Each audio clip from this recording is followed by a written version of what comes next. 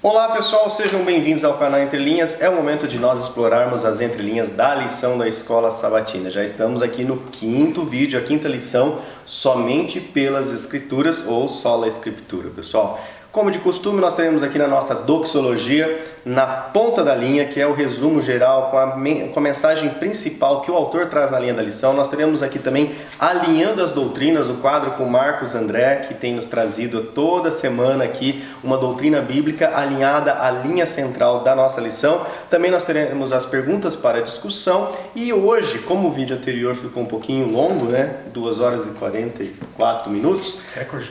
Nós batemos o nosso próprio recorde sobre, Foi mal, fez, desculpa aí. sobre lição da Escola Sabatina.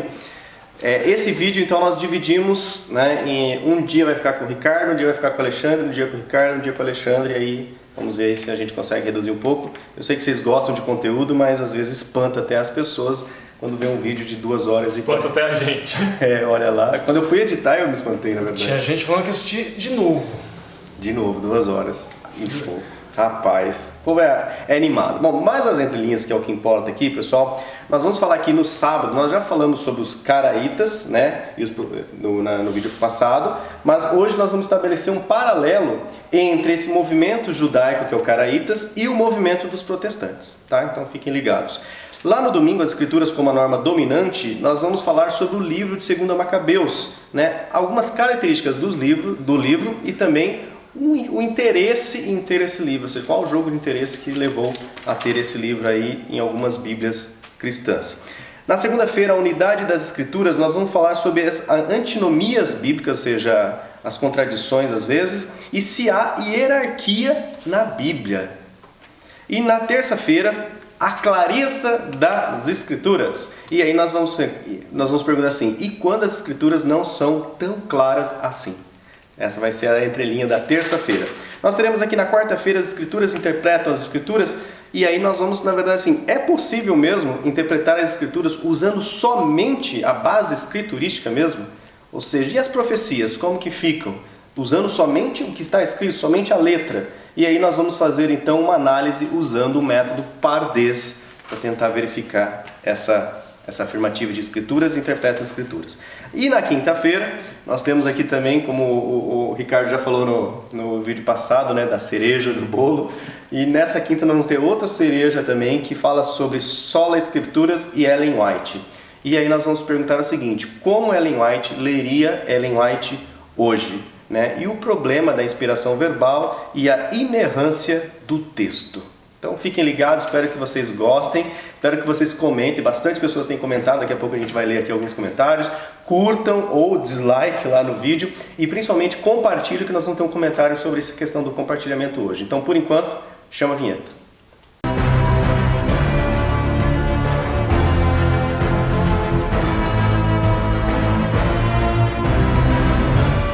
Bom pessoal, esse é o momento aqui da gente destacar alguém, fazer a chamada do canal, né, para ver quem está comentando conosco aqui. Isso é muito importante, lembrando pessoal que isso nós pedimos, e todo youtuber na verdade pede, para que a plataforma entenda que o seu conteúdo é relevante e a plataforma então vai sugerir este conteúdo para outras pessoas de forma autônoma. É isso que a gente quer, né? Quanto mais claro que a gente lê os seus comentários, isso nos torna mais próximos, mas também tem esse outro viés, que é o viés de você realmente propagar o conteúdo do canal. Então, ok, pessoal? Nós temos um comentário aqui, o Ricardo só corrigindo o ato falho, né? Você corrige aqui, Josué, não é? Yehoshua. E sim. Isso é sim, correto, Yehoshua. E não, Yeshiahu. Yeshiahu. Ok, pessoal? Primeira correção. O André Zancheta, né, falou que meu primo me apresentou o canal de vocês, estou gostando demais. Parabéns pela dedicação e profundidade. Pessoal, na verdade eu queria agradecer o primo do André, que ele faz exatamente o que a gente pede, né? Ou seja, apresenta para outros. E o André gostou da apresentação que o primo dele fez. Então, seja bem-vindo, André. Seja bem-vindo, André. Foi muito legal você ter comentado conosco. Carlos Sugita também, Shabbat Shalom, falando que sempre gostou da gente faz tempo, né? E continua firme na rocha. O Wagner Barros, sobrevivendo às crises rumo à eternidade. Shalom, amém, né, Wagner? Ari Souza, né? E ele comenta sobre o Alexandre, falando sobre a questão que ele gostaria da tradições adventistas, né? A Márcia Elizabeth também, né, fala aqui muito obrigado pelo conteúdo e que vai assistir mais vezes aqui. Luísa Patrícia mandou um monte de carinha. Carlos Azevedo, muito bom, Deus abençoe. O Peterson, né? Valber Silva Souza, estamos juntos aí, rumo às 3 horas, né, Peterson? O Peterson é animado. Dessa vez não, dessa vez aí diminuiu o tempo. Vamos ver se a gente consegue aqui. Edilza Nascimento, boa semana, que bom, Edilza. Rosângela Lázaro, olá irmãos, continuo com vocês desde a época, né, que eu lia todos os nomes. Aqui, Rosângela, estou lendo seu nome e eu queria agradecer seu comentário. Célio Nonato, continue assim firmes. Ari Souza, presente, é isso aí, Ari, presente. E o Antônio de Mello, né, inclusive ele conta uma historinha aqui, acho importante a gente compartilhar. Uma metáfora legal. Né? Quer contar? A história do pastor que vai visitar o agricultor, né? Isso. O agricultor está no trator trabalhando, chega o pastor, o evangelista, não sei, e aí o agricultor olha para ele e fala assim: e aí, pastor, no tempo de Jesus o pessoal andava com carro assim, que nem o seu? Jesus andava com esse carro? E aí o pastor falou: olha, Jesus não andava não, mas no tempo dele os agricultores também não usavam trator, né? Trabalhava com arado de boi. Então, pessoal, é importante a gente, né, ter essa história. Temos mais um presente aqui, Elvira A.L, também presente. Falou, Elvira, muito obrigado, está aqui numa respostas aqui da Edilza Nascimento. Pessoal, nosso muito obrigado mesmo pelo seu comentário. Né? Nós vamos conhecendo vocês, vamos citando o nome de vocês, né? À medida do possível a gente vai se tornando aí mais conhecidos um do outro. E se Deus quiser, no céu teremos mais tempo e oportunidade aí de nos conhecer pessoalmente. Vamos lá então ao que interessa, as entrelinhas. Nós temos aqui no sábado então sobre esse movimento judaico, né, dos caraítas, e uma relação aqui com ele, um paralelo com o movimento protestante. Mas antes, na ponta da linha de sábado, Ricardo. Bom, primeira coisa, gente, lição 5, somente pela escritura, né? Ou seja, sola escritura. O autor da lição, no sábado, ele só faz uma síntese, um apanhado geral do que será falado no resto da semana. Nós encontramos aqui, nesta semana, examinaremos o princípio sola escritura. Com mais detalhes, descobriremos que sola escritura, ela implica alguns princípios fundamentais da interpretação bíblica. Agora, um pouquinho antes, ele vai falar sobre o sola escritura, que é um movimento protestante. E a entrelinha que nós vamos trazer é o seguinte: sola escritura, gente, é um dos dogmas, vamos dizer assim, é uma das crenças do movimento protestante. Eu vou estabelecer aqui um paralelo entre esse dogma, entre essa crença do movimento protestante, chamado sola escritura, e o caraísta. A gente falou já na semana passada, né, o movimento caraísta, não é propriamente étnico, repetindo, não, ele surge de vários movimentos antitalmúdicos. Quem já viu os vídeos semana passada já sabe, Talmud é a tradição oral. Na quinta-feira, gente, nós vamos falar de Ellen White. E por que eu estou falando isso agora nessa fala? O Talmud são comentários, ele possui comentários da Torá escrita. O que você vai pegar o Talmud, o que você vai encontrar lá? Você vai encontrar lá, o rabino fulano de tal fala isso sobre o texto tal de Gênesis tal, lá de Bereshit tal, e daí tem um comentário do rabino. Aí você vai encontrar um outro comentário, lá embaixo. O rabino tal, refuta. O rabino concorda, acrescenta, amplia. Isso é o Talmud, são comentários ao texto escrito. E o que Ellen White tem a ver com isso? Ellen White também, gente. Ellen White é a mesma coisa. Ellen White é um comentário ao texto bíblico, são comentários. Mas significa que não tem não foi inspirado por Deus? Não significa nada disso. Agora, da mesma maneira com a qual os rabinos, a escola rabínica, encara o Talmud como sendo comentários ao texto bíblico divinamente inspirados, nós entendemos que Ellen White são comentários ao texto bíblico divinamente inspirados. Nós não podemos criticar a escola rabínica e aqueles que seguem o Talmud como divinamente inspirados, sendo que nós fazemos coisa semelhante com o texto de Ellen White. Vou deixar que vai falar um pouco mais para frente sobre isso. Quinta-feira. Na quinta-feira. Agora os caraítas, gente. Os caraítas aceitam como divinamente inspirado texto escrito. Como eu disse, a origem deles ela é indefinida. A interpretação que eu aceito, que eu acho que é a mais coerente, é aquela que fala o seguinte, que é aquela que fala que eles surgiram de movimentos antitalmúdicos muito até antes de Cristo, anteriores a Cristo, e esses movimentos existiam na época de Cristo, existiam já proto-caraítas, vamos dizer assim, dentro da seita dos saduceus e dentro da seita dos essênios e outras que não aceitavam propriamente a inspiração divina, como nos sábios, nos comentários dos sábios judeus.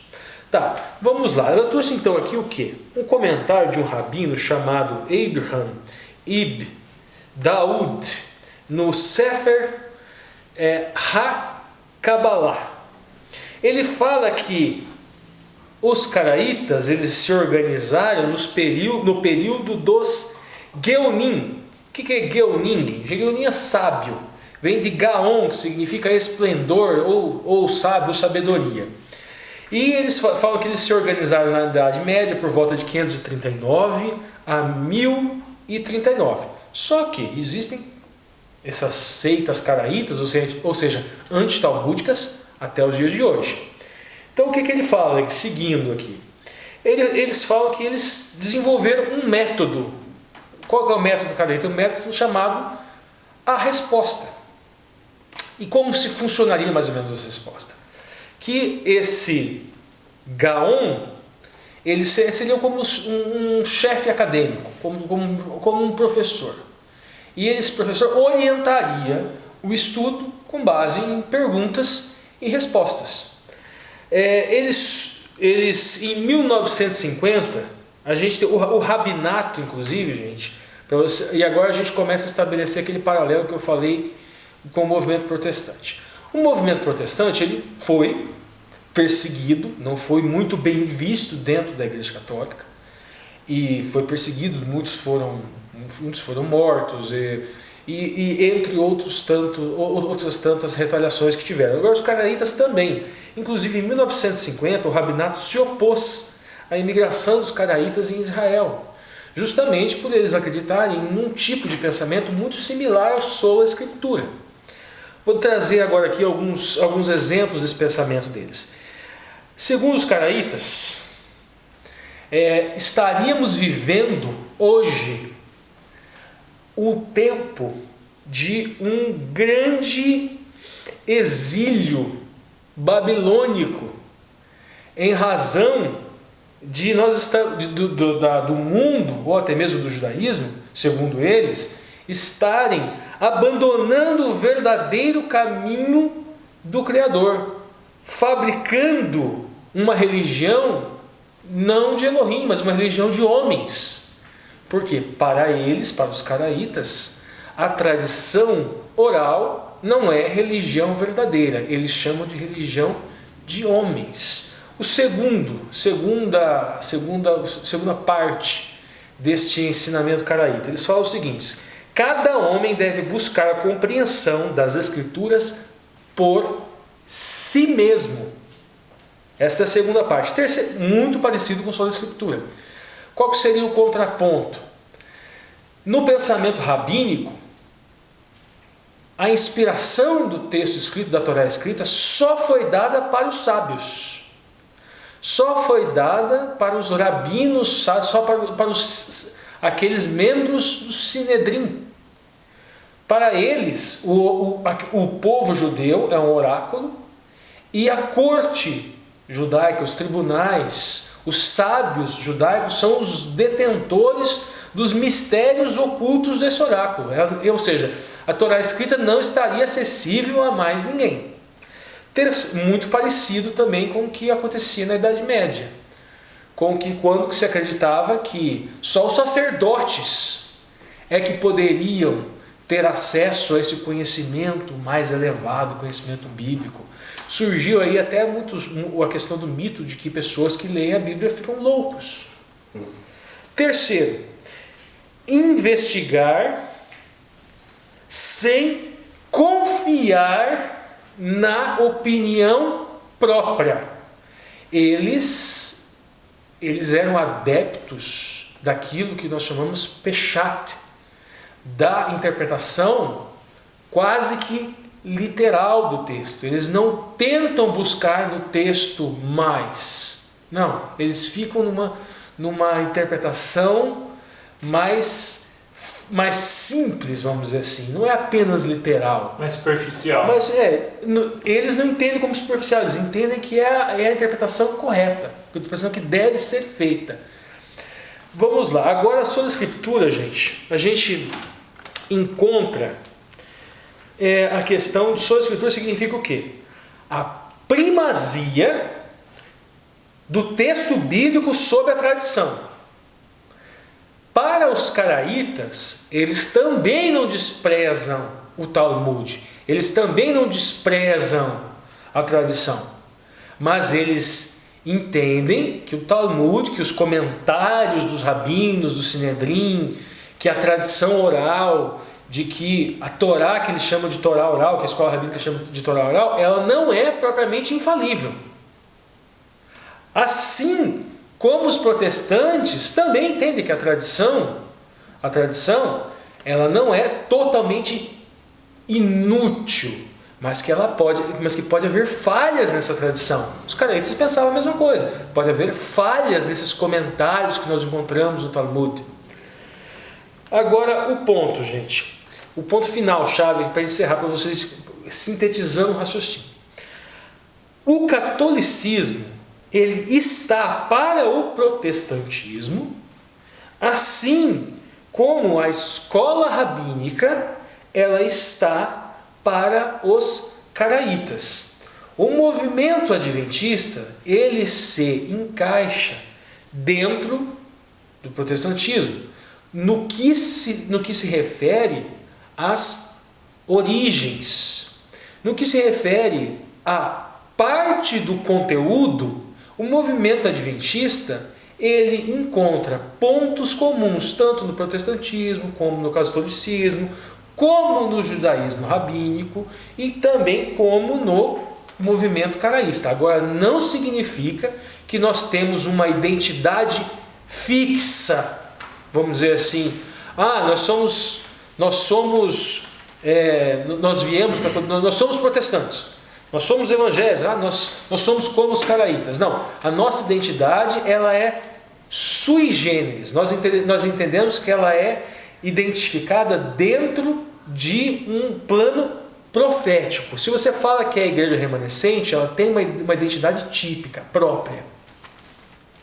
Legal, né, pessoal? Agora vamos avançar já para domingo. As escrituras como a norma dominante. E aqui nós vamos ver um pouco mais sobre o livro de 2 Macabeus. Mas antes, na ponta da linha de domingo, Alexandre. Beleza, as escrituras como norma dominante. A lição de domingo, o autor ele vai tentar apresentar que existem conhecimentos que vêm de outras fontes, da arqueologia, da ciência, da filosofia, da história, mas que não se deve ultrapassar o conteúdo que está escrito. O que está escrito é aquilo que está na Bíblia. Então não se deve ultrapassar aquilo que está escrito. Eu não devo afirmar algo que vá contra a Bíblia a partir da arqueologia, por exemplo. A hierarquia, ela coloca o texto bíblico acima das outras fontes de conhecimento. Legal, agora na entrelinha um pouco mais sobre o livro de Macabeus. Vamos lá para 2 Macabeus. Por que eu escolhi o livro de Macabeus? Nessa ideia de não ultrapassar aquilo que está escrito, às vezes a gente pode encontrar exemplos de textos que ultrapassam aquilo que está escrito ao introduzir novos livros da Bíblia. É o caso daqueles livros que a gente costuma chamar popularmente de livros apócrifos, né? Tobias, Judite, 1 e 2 Macabeus, livro de Eclesiásticos e por aí segue. Qual que é o problema e por que esses livros entraram no cânon? Vamos trabalhar em especial a partir do livro de 2 Macabeus. Eu poderia ter feito isso com os outros livros também. Eu escolhi o livro de 2 Macabeus porque ele tem alguns exemplos que são mais explícitos, são exemplos mais evidentes. O livro de 2 Macabeus, o livro de 1 Macabeus também. Primeiro, não são aceitos pelos sábios judaicos, não estão no cânon judaico, né, do Antigo Testamento. Eles foram adicionados pela Igreja Católica, principalmente a partir depois já do século V, século VI. E qual era a ideia da introdução desses textos? Era interessante adicioná-los porque eles confirmavam doutrinas ou perspectivas católicas. E o livro de 1 e 2 Macabeus, em especial, ele vai falar da luta dos judeus contra a dominação seleucida, contra a dominação de Antíoco Epifânio. A gente estudou na lição passada, né, as profecias de Daniel. Então, ter o Antíoco Epifânio na Bíblia, tendo a luta ali dos irmãos Macabeus contra Epifânio, contra a dominação seleucida, de certa forma, corroboraria aquela interpretação que a gente já viu, a interpretação preterista de que a ponta pequena do livro de Daniel se refere a Antíoco Epifânio e não à Igreja Católica, não ao Império Romano e à Roma papal depois. E assim, da mesma forma, o ungido príncipe seria o sacerdote e não Jesus Cristo. Então, as consequências de adotar essa linha interpretativa são perigosas. Mas eu quero ir além, eu quero entender por que esse texto é tão importante para o catolicismo, para além da questão profética, né?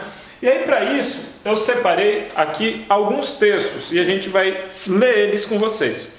O primeiro texto está no livro de 2 Macabeus, capítulo 12, versículos 40 a 46. Olha só o que diz ali. Então encontraram debaixo das túnicas de cada um dos mortos objetos consagrados aos ídolos, cujo uso a lei vedava aos judeus. Tornou-se assim evidente para todos que foi por esse motivo que eles sucumbiram. Então encontraram mortos e os mortos tinham ídolos escondidos no bolso. Todos, pois, tendo bem dito o modo de proceder do Senhor, justo juiz, que torna manifestas as coisas escondidas, puseram-se em oração, para pedir que o pecado cometido fosse completamente cancelado. E o nobre Judas exortou a multidão a se conservar isenta de pecado, tendo com os olhos próprios visto o que acontecera por causa do pecado dos que haviam tombado. Depois, sendo organizada uma coleta individual, enviou a Jerusalém cerca de 2.000 dracmas de prata, a fim de que se oferecesse um sacrifício pelo pecado. Agiu assim absolutamente bem e nobremente, com o pensamento na ressurreição. Olha só que legal, o livro de Macabeus ele vai falar da crença na ressurreição. Isso é interessante. Mas olha o problema aqui, está falando de uma oferta que foi feita pela remissão dos pecados dos mortos, então eu posso interceder e oferecer ofertas pelos mortos. De fato, se ele não esperasse que os que haviam sucumbido iriam ressuscitar, seria supérfluo e tolo rezar pelos mortos. Mas se considerava que uma belíssima recompensa está reservada para os que adormecem na piedade, então era santo e piedoso o seu modo de pensar. Eis porque ele mandou oferecer esse sacrifício expiatório pelos que haviam morrido, a fim de que fossem absolvidos de seu pecado. Gente, tudo problema aqui. A ideia de remissão de pecado como consequência de um sacrifício, de uma oferta da pessoa para conseguir o perdão, então está pagando o perdão de pecados dos mortos, tá? E a intercessão dos vivos pelos mortos. Problema. O segundo texto vai estar lá em Macabeus, de volta a 2 Macabeus 4, versículo 34. Olha o que acontece em 2 Macabeus 4, 34. Diz assim: por causa disto, Menelau, dirigindo-se secretamente a Andrônico, incitava-o a eliminar Onias. Onias aqui é a figura do ungido príncipe, tá? É o sacerdote. De fato, indo visitá-lo e obtido a sua confiança com astúcia, Andrônico alcançou que Onias lhe desse as mãos, depois de ele mesmo lhe ter estendido com juramentos. A seguir, embora despertasse suspeitas, convenceu-o a sair de seu asilo e imediatamente mandou matá-lo, sem qualquer consideração ou justiça. Ou seja, aqui a gente tem a cena em que o Onias morre. Onias é assassinado. Se a gente segue mais no texto, vamos lá agora para 2 Macabeus, capítulo 15, versículo de 11 a 16. Olha o que acontece de interessante aqui. Tendo, pois, armado a cada um deles, menos com a segurança dos escudos e das lanças, do que com o conforto das boas palavras, referiu-lhes ainda o sonho digno de fé, uma espécie de visão que os alegrou a todos. Ora, este foi o espetáculo que lhe coube apreciar. Onias, que tinha sido o sumo sacerdote, Homem honesto e bom, modesto no trato e de caráter manso, expressando-se convenientemente no falar e desde a infância exercitado em todas as práticas da virtude, estava com as mãos estendidas, intercedendo por toda a comunidade dos judeus. Apareceu a seguir da mesma forma um homem notável pelos cabelos brancos e pela dignidade, sendo maravilhosa e majestosíssima a superioridade que o circundava. Tomando então a palavra, disse: Onias, este é o amigo dos seus irmãos, aquele que muito ora pelo povo e por toda a cidade santa. Jeremias, o profeta de Deus. Estendendo por sua vez a mão direita, Jeremias entregou a Judas uma espada de ouro, pronunciando essas palavras enquanto a entregava: recebe essa espada santa, presente de Deus, por meio da qual esmagarás teus adversários. Olha só, agora aqui a gente tem o Onias e o Jeremias, duas pessoas mortas, intercedendo pelos vivos e entregando uma espada para que Judas vá lutar pela libertação do povo de Israel, do povo de Judá, aqui no caso, Judas, os Macabeus, né? Gente, qual que é o problema? Esses textos, esses livros chamados apócrifos, eles são adicionados à Bíblia. Eles não estão no cânon tradicional judaico, eles foram adicionados depois e eles estão indo além da Bíblia, no intuito do quê? De reforçar, de garantir uma perspectiva doutrinária que corrobore a leitura da imortalidade da alma, da intercessão dos vivos pelos mortos e da intercessão dos mortos pelos vivos. Coisa que a gente não encontra no restante dos livros da Bíblia. Então, é justamente por essa oposição que a gente tem entre os livros apócrifos e os demais livros da Bíblia que a gente não concorda com eles e não usa eles como fonte autoritativa, vamos dizer assim, para usar o argumento da semana passada, né, a palavra da semana passada, fonte autoritativa da nossa fé. Bom, pessoal, avançando agora para as entrelinhas de segunda-feira, a unidade das Escrituras. Vamos trabalhar com essa unidade. Antinomias bíblicas e também sobre a questão da hierarquia. Mas primeiro, na ponta da linha de segunda-feira, Ricardo. Bom, unidade das Escrituras. Primeira coisa, gente. Primeiro parágrafo aqui, eu vou falar o que o autor diz e vou deixar para depois a entrelinha, tá? Ele fala que, ele cita, né, 2 Timóteo 3,16. Toda a Escritura, ela é inspirada por Deus. Nenhuma profecia da Escritura provém de particular elucidação. Homens santos falaram da parte de Deus, movidos pelo Espírito Santo. Agora aqui está falando 2 Pedro 1:20. Tá, ponto aqui que eu vou deixar para falar depois. Eles estão falando aqui do quê? Só do Velho Testamento? Porque o Novo Testamento tinha sido escrito. Ixi, toda a Escritura. Então vamos lá. Agora, seguindo. O autor da lição aqui também fala, gente, olha, que somente com base na unidade interna, derivada da inspiração divina, as Escrituras podem funcionar como intérpretes da Escritura. Então ele fala que esta unidade das Escrituras é o método pelo qual você consegue encontrar essa coesão interna, ou seja, você olhar a Bíblia como um todo, só assim que você vai poder entender o princípio, o dogma da sola Escritura. Só um instantinho, Ricardo. E aí você olha a Bíblia como um todo, não tem espaço para a primeira Macabeus, para a segunda Macabeus, para Tobias, para Judite, para Eclesiástico, para isso tudo. Isso, quem quiser saber dos argumentos dos livros, da inclusão ou não dos livros apócrifos, nós falamos na semana passada. Isso. Segunda coisa que o autor da lição fala, gente, terceira coisa no caso, né? Ele fala que os escritores bíblicos, eles olhavam a Bíblia assim, de forma única, Isso. como um todo.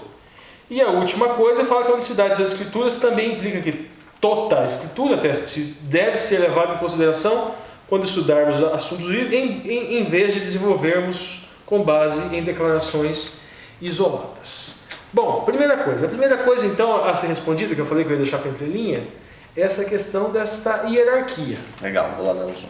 Será que existe propriamente, gente, uma hierarquia dos textos bíblicos? Ou hierarquia dos livros da Bíblia? Em uma certa oportunidade, aqui na minha igreja, teve uma pessoa, né, não vou dizer nomes, não tem necessidade nenhuma disso, falando que os evangelhos seriam superiores ao Velho Testamento, porque tudo aquilo que estava no Velho já estava ultrapassado, não precisava mais, não tinha mais utilidade nenhuma.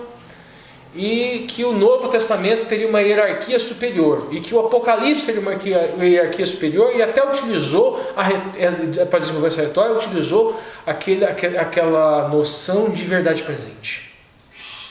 Diz que a verdade presente faria com que o Apocalipse, que os Evangelhos estivessem para nós uma importância superior ao Velho Testamento. Bom, primeiro, vamos falar com relação aos Evangelhos. Gente, quando Jesus era interpelado pelos fariseus, O que ele usava? ele se utilizava de quê? Se utilizava das Escrituras. Ele parafraseava o Antigo Testamento. Quando ele foi tentado por Satanás, no momento de angústia no deserto, ele se utilizou do quê? Se utilizou do está escrito, se utilizou do Velho Testamento. O Novo Testamento tem um percentual altíssimo de paráfrase do Antigo Testamento. Ok, mas então, o Novo Testamento é apenas paráfrase do Velho Testamento? Não, ele não é apenas paráfrase. O que nós encontramos no Novo Testamento que não é que não está no Velho, gente, ele está oculto no Velho, o próprio Mashiach. Quando nós utilizamos o método Pardes na primeira dimensão, Peshat, literalidade, daí nós olhamos lá no Velho Testamento, nós lá olhamos o Judá, tu és leãozinho, falando do filho de Jacó, a bênção de Jacó a Judá. Na literalidade é um pai falando para o filho, utilizando mas esse leãozinho, daí vamos para a segunda dimensão, vamos para Emês. Esse leãozinho, ele pode ser uma alegoria a alguma coisa? Sim, é uma alegoria. Aí nós vamos em Drash, nós encontramos mais para frente depois, para a gente Drash é o quê? Juntando outros textos.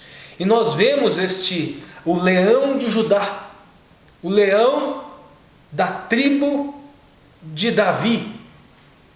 E isto é como sendo um título messiânico. Já associamos dois textos, associando a bênção de Jacó a Judá e o título que era dado ao rei da tribo de Judá. Ou seja, então na dimensão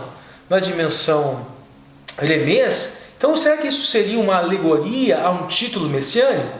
Então veja que nós já estamos fazendo aqui no Velho Testamento, aplicando o Pardes, certo? Mas e Sod? Onde está o oculto? O oculto ele é revelado no Novo Testamento. Quando nós olhamos as genealogias do Novo Testamento, quando nós olhamos aquelas genealogias e percebemos que ele é Ben David, ele é filho de Davi. Ou seja, o oculto no texto do Velho Testamento, ele é revelado Sod no Novo. E esse é apenas um exemplo. O autor da lição, na linha da lição, ele fala, veja bem, o Novo Testamento não contém um novo evangelho, nenhuma nova religião. O Antigo Testamento ele é expandido no Novo, que se fundamenta no Antigo Testamento. Ok, então a gente deu uma exemplificação, gente. Olha, a questão do princípio da unidade das Escrituras. Lembramos que os caraítas, lá atrás, assim como os protestantes, vamos dizer aí que isto é uma tradição caraítica protestante, porque é um ponto comum entre o protestante e os caraítas. Vamos dizer mais, que é uma tradição caraíta protestante adventista, já que nós falamos que o adventismo ele tem uma identidade sui generis, já que nós nos colocamos como remanescente. Afirma o quê?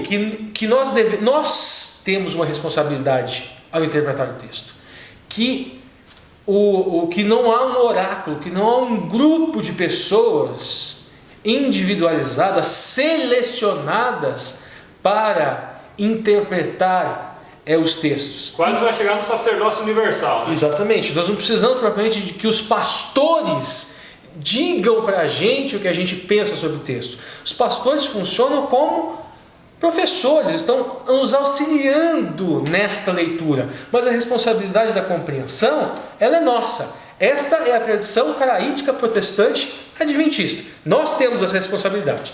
E o que nós devemos fazer com esse princípio da unidade bíblica?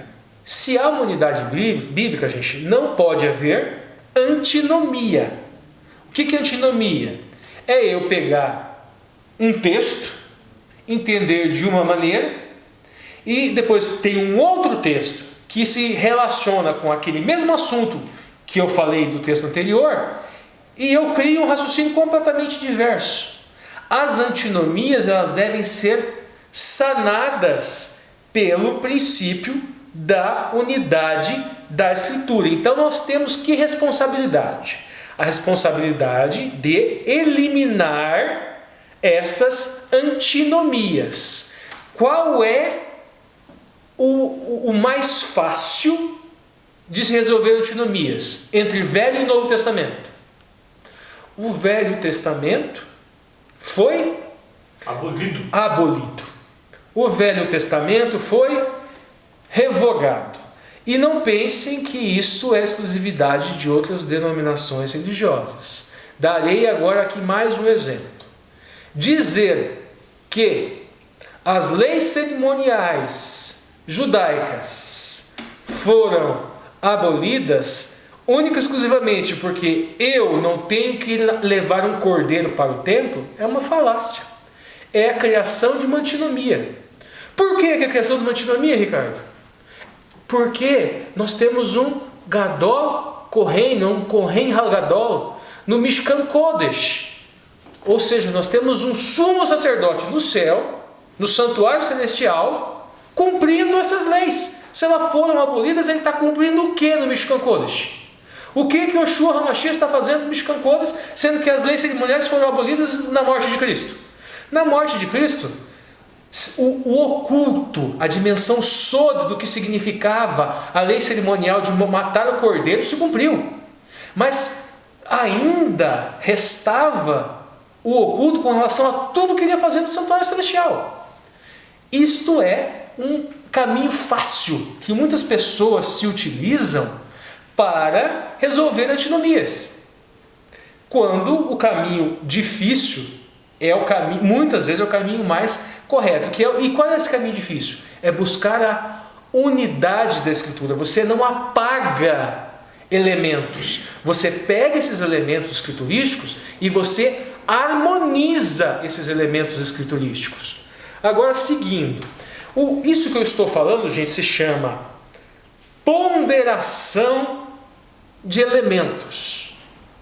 Na Constituição se utiliza muito isso, a ponderação de bens. Por exemplo, quando o bem da vida ele é mitigado em razão de um crime, de guerra. Por exemplo, então quer dizer que tem pena de morte no Brasil? Tem. Os crimes de guerra, é possível pena de morte. Mas e o direito à vida? Ele é mitigado em situações emergenciais, notadamente isso é mitigação, isso é ponderação. Com o texto bíblico eu posso fazer esse tipo de mitigação? Posso. Esse tipo de ponderação, o direito à vida continua no país. Mas, se alguém cometer um crime de guerra, perde esse direito à vida. Mas não se exclui completamente o direito à vida da Constituição e muito menos nesses momentos de guerra. É a mesma coisa. Agora, quando nós falamos de antinomia bíblica, agora eu vou utilizar um outro exemplo de mitzvah. Nós temos, por exemplo, o Shabat. Shabat é cessar. É uma mitzvah, é um mandamento, correto? Ok. Mas, aí nós encontramos, por exemplo, salvar um ferido. Eu posso interromper o Shabat? Eu posso interromper o meu cessar para salvar um ferido na rua? Jesus fala que pode até para salvar uma ovelha, né? Exatamente. Mas o que foi feito aqui, gente? Eu cancelei o Shabat? Não, eu não cancelei o Shabat. Por quê? A mitzvah, até etimologicamente ela significa mandamento, mas significa ato de bondade. Então, se eu não salvo alguém no sábado, não é que aquilo é uma exceção do Shabat. Não, se eu não sábado, eu estou descumprindo o Shabat. Então, se eu não auxilio alguém no sábado, se eu não levo alimento para o pobre no sábado, eu não estou cumprindo o Shabat, porque toda mitzvah ela é baseada em ato de bondade, ela significa etimologicamente ato de bondade. Quando Cristo diz que o maior de todos os mandamentos é Shema Israel, Adonai Elohim, Adonai Echad, ouça Israel, nosso Deus é um, e depois ainda fala, amarás o Senhor teu Deus de todo o coração e ao próximo como a ti mesmo, ele, além de várias outras coisas que ele está passando, o ponto que eu vou puxar para o tema da semana é o seguinte: ele nos deu um postulado para a utilização dessa unidade do texto bíblico. Então, se eu olho uma mitzvah por um lado e uma mitzvah por outro, que são aparentemente contraditórias, o que o Mashiach está nos ensinando aqui na Brit Hadashah? Ou seja, o que o Messias está nos ensinando aqui no Novo Testamento? Ele nos ensina que o amor ela é um enunciado principiológico desta ponderação de unidade do texto bíblico. E eu elimino a antinomia e não a mitzvah. Eu elimino não elimino o enunciado, eu elimino a interpretação antinômica. Ou seja, eu elimino aquela interpretação que colocam os mandamentos, que colocam os textos para brigar um com o outro. E é isso que eu elimino. Agora, seguindo, gente, agora aqui nessa lição de segunda, o autor da lição fala que essa unidade, então nós temos que pegar os textos, correto? E nós temos que harmonizar todos os textos. Nós não podemos rasgar um pedacinho da Bíblia quando nos convém. Não, nós temos que harmonizar os textos, mesmo que hajam antinomínias similares. Agora, é muito comum se utilizar de Isaías 28:10, assim, de uma forma simples, vamos dizer assim. E o que ele fala lá em Isaías 28:10? Porque é mandamento sobre mandamento, sobre mandamento, regra sobre regra, e um pouco aqui, um pouco ali, e fala que isto seria a maneira com a qual nós devemos estudar. Mas será que era esse o significado mesmo que estava lá em Isaías 28? A gente não vai nem estudar o capítulo inteiro, nós vamos voltar só um pouquinho. E nós vamos para Isaías 28:9. A quem, pois, se ensinaria ciência? E a expressão aqui é ideia, opinião, conhecimento, sabedoria, compreensão. Então, a quem, pois, se ensinaria a adquirir conhecimento, sabedoria, compreensão, ou ter opinião, obviamente ter opinião sobre o texto. E depois continua: a quem se daria a entender o que se ouve? Ao desmamado e ao arrancado dos seios? O que nós temos aqui um pouquinho antes, então? Na dimensão remês, esta alegoria ao desmamado e ao arrancado dos seios, será que é na Peshat, na dimensão Peshat literal, será que é bebê mesmo? Não se ensina para bebês que estão no seio. Isso daqui é uma alegoria para aquelas pessoas que estão iniciando o aprendizado com relação à profecia, com relação à escritura, com relação a texto. E depois, no 28:10, se fala como é feito este ensino aos recém-desmamados. Então, esse método, mandamento sobre mandamento, regra sobre regra, ou preceito sobre preceito, é a forma com a qual você ensina aqueles que ainda não conseguem ter uma compreensão mais elevada do texto. Aqui neste capítulo estava sendo feita uma crítica a alguns profetas, alguns falsos ensinadores em Israel. Então isso não significa que nós devemos seguir esse método. Agora, por quê? Porque se você olha apenas esse versículo isoladamente, você pensa: opa, esse versículo denota unidade, está me falando para eu pegar um mandamento e colocar um mandamento em cima do outro, para eu pegar uma linha e colocar uma linha em cima da outra. Não, nesse texto está sendo feito uma crítica, está sendo chamado alegoricamente o povo de Israel a um povo que engatinha na interpretação, no conhecimento, se enchendo de preceito, no conhecimento, exatamente, se enchendo de preceitos e não atingindo a unidade. E aonde que nós encontramos essa unidade? É o que Cristo justamente vem ensinar. Não é você decorar preceitos e mais preceitos, regras e mais regras. É você entender o conteúdo principiológico, o conteúdo finalístico pelo qual esses preceitos e essas regras elas foram utilizadas. O princípio finalístico comum. E qual é o princípio finalístico comum? O princípio finalístico comum é amor a Deus e amor ao próximo. E assim é que nós fazemos essa interpretação respeitando esta unidade das Escrituras. Pense, gente, quantas mitzvot nós encontramos no Velho Testamento? São várias, são 613, alguns acreditam, mas se você procurar um pouquinho mais, com um pouquinho mais de rigor, você encontra milhares. No Novo Testamento, também nós podemos encontrar várias. Não é decorar preceitos, não é decorar regras, não é amontoar regras uma em cima da outra. Isto é o engatinhar, isto é bebida. E se é a pessoa que está se alimentando das Escrituras, mas é aquela fase do líquido, não é algo, não está se alimentando daquilo que é sólido. Agora aqui na terça-feira, a clareza das Escrituras. E nós vamos trazer com entrelinhas aqui, e quando as Escrituras não são tão claras assim, o que a gente faz? Ok? Mas primeiro, na ponta da linha então, Alexandre. Beleza, na ponta da linha, o que o autor vai dizer é que para a gente ser salvo, para a gente conhecer a mensagem essencial da Bíblia, a gente não precisa cavucar muito no texto, a gente não precisa de grandes métodos, de muito estudo, porque o simples do texto é revelado, é claro, está ali. A Bíblia, os textos das Escrituras são claros.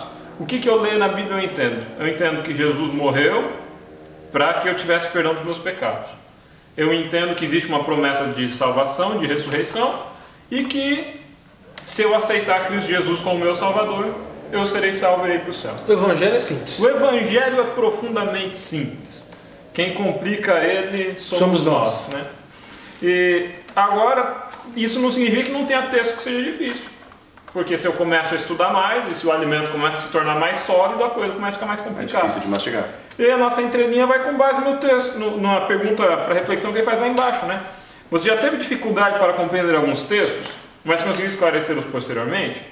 Como pode ajudar outras pessoas a lutar com algo semelhante? Então, vamos falar do meu caso pessoal e vamos ajudar as pessoas a lutarem contra algo semelhante. Legal, vamos lá dar o zoom?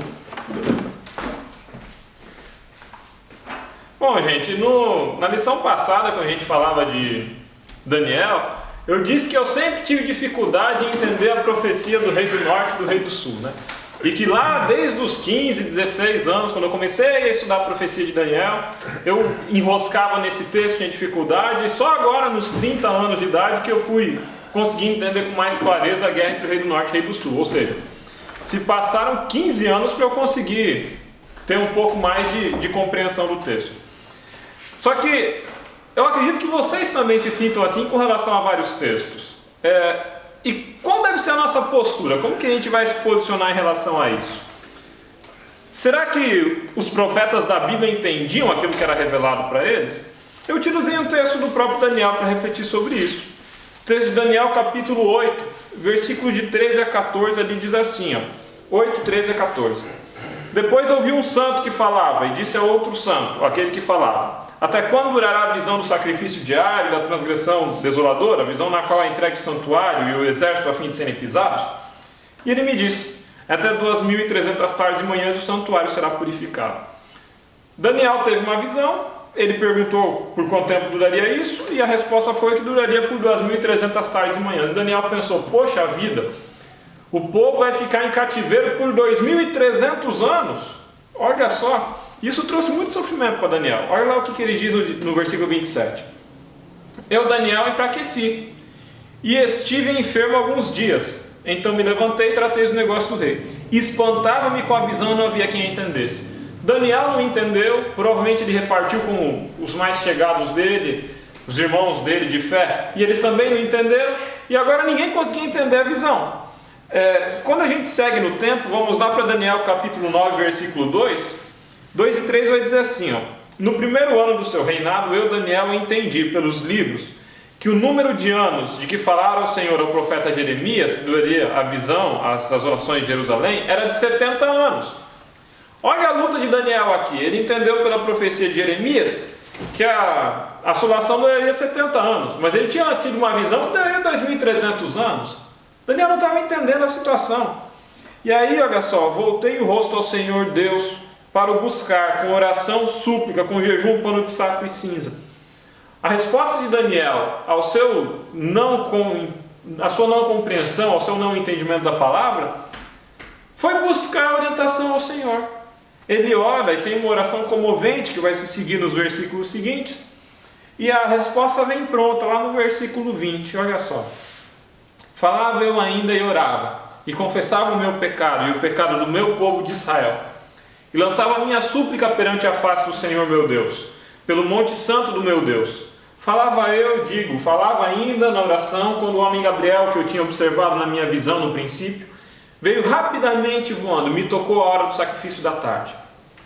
Ele queria instruir-me, falou comigo e disse: Daniel, agora saí para fazer-te entender o sentido. No princípio da sua súplica saiu a ordem, e eu vim para te declarar, porque és muito amado. Considera, pois, a coisa, e entende a visão. E aí o anjo vai explicar para Daniel o que ele não havia entendido da visão. Gente, se você lê a Bíblia e não entende, saiba que você não está sozinho. Eu também já li muita coisa e não entendi, depois eu passei a entender com a graça de Deus. Hoje ainda tem muita coisa que eu leio e não entendo, e eu também não estou sozinho. Daniel aqui leu e não entendeu. No caso não leu, né? Ele teve a visão e não entendeu. Mas Deus, em seu infinito amor e sua infinita misericórdia, Ele enviou um anjo, Ele fez um meio, Ele arrumou um caminho para que fosse elucidado. Não no tempo de Daniel, mas no tempo de Deus. Então, se você tem algum texto que você não entenda, não sai montando seita, não sai saindo da igreja, não rompa com ninguém, não briga com ninguém, não entra em desespero. Te acalma, sossega teu coração, põe o joelhinho no chão, ora e espera. Porque no tempo de Deus vai ser explicado para você esse texto que você não entende. Se não agora, você vai ter a eternidade para aprender. Então, menos desespero, mais calma, mais serenidade. No tempo de Deus tudo vai ser revelado. Bom, pessoal, antes de nós entrarmos nas entrelinhas aqui de quarta-feira, teremos agora aqui alinhando as doutrinas. Então, nesse quadro, o Marcos vai trazer para nós aqui o alinhamento de uma doutrina bíblica a toda a linha da lição. Então, agora é com você, Marcos. Olá, amigos do canal Entre Linhas. Mais uma semana estamos nós aqui para estudarmos juntos a Palavra de Deus. Eu espero que você esteja bem, apesar dessa pandemia, apesar desse vírus que está assustando tantas pessoas, mas eu espero que você não tenha sido afetado, que a sua espiritualidade não tenha sido afetada. Mas se de alguma forma você está passando por alguma dificuldade, por alguma incerteza, eu quero lembrá-lo que o nosso Deus é Deus tanto na bonança, tanto nos momentos bons, quanto também é Deus nos momentos difíceis. Então Ele está ao nosso lado, está nos protegendo e a sua mão forte estará estendida sobre você. Esse é o quadro Alinhando as Doutrinas, aquele quadro que nós sempre trazemos uma doutrina especial que aparece nas entrelinhas da lição. E hoje nós vamos falar sobre a doutrina número 20, a doutrina que nos lembra que o sábado é um dia especial de santificação, um dia especial de adoração e, portanto, nós devemos nos lembrar desse dia como um dia que o Senhor separou e colocou no centro do seu mandamento, da sua lei, dos 10 mandamentos, para que pudéssemos nos lembrar eternamente desse mandamento.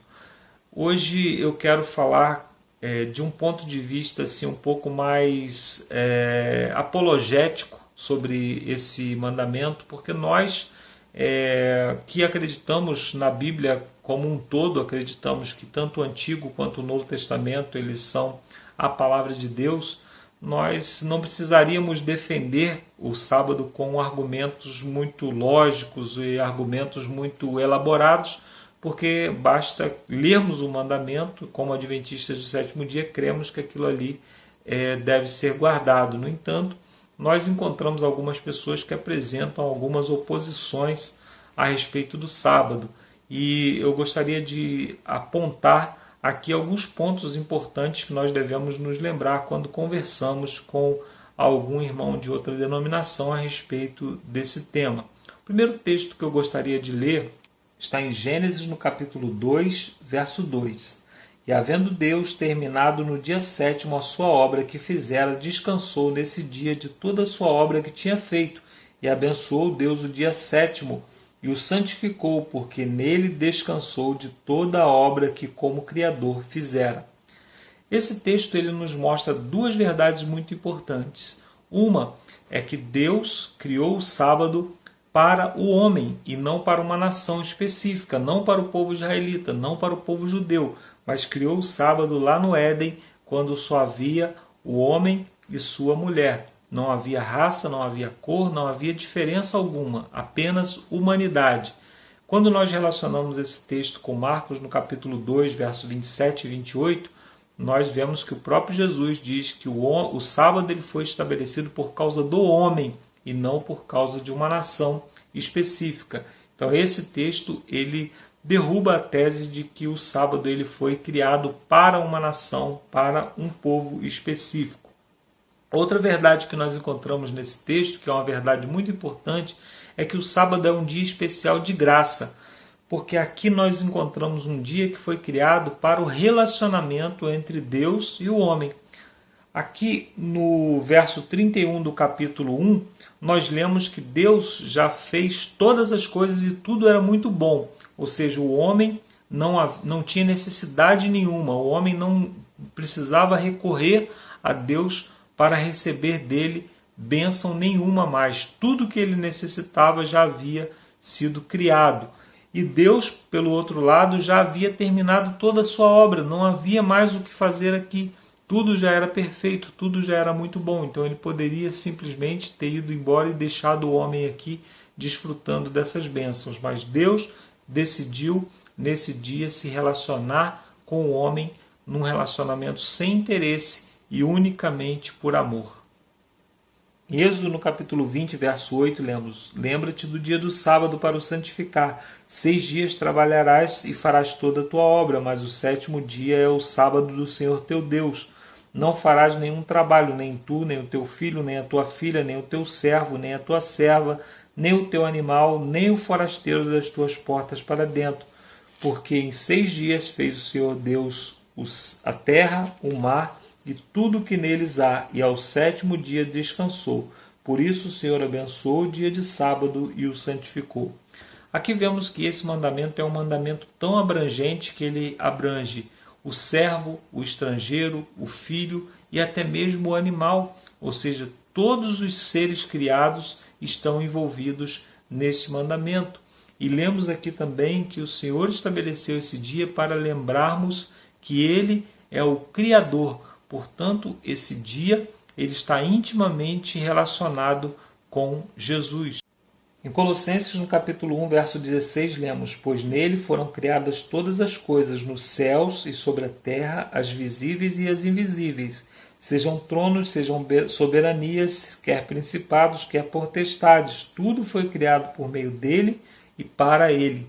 Então, nesse verso, nós lemos que Jesus é quem criou todas as coisas. Portanto, nós honramos a Deus, honramos a Jesus Cristo quando guardamos o dia de sábado. Estamos honrando a Jesus Cristo na qualidade de Criador, como nós podemos ler também em João, no capítulo 1, verso de 1 a 3.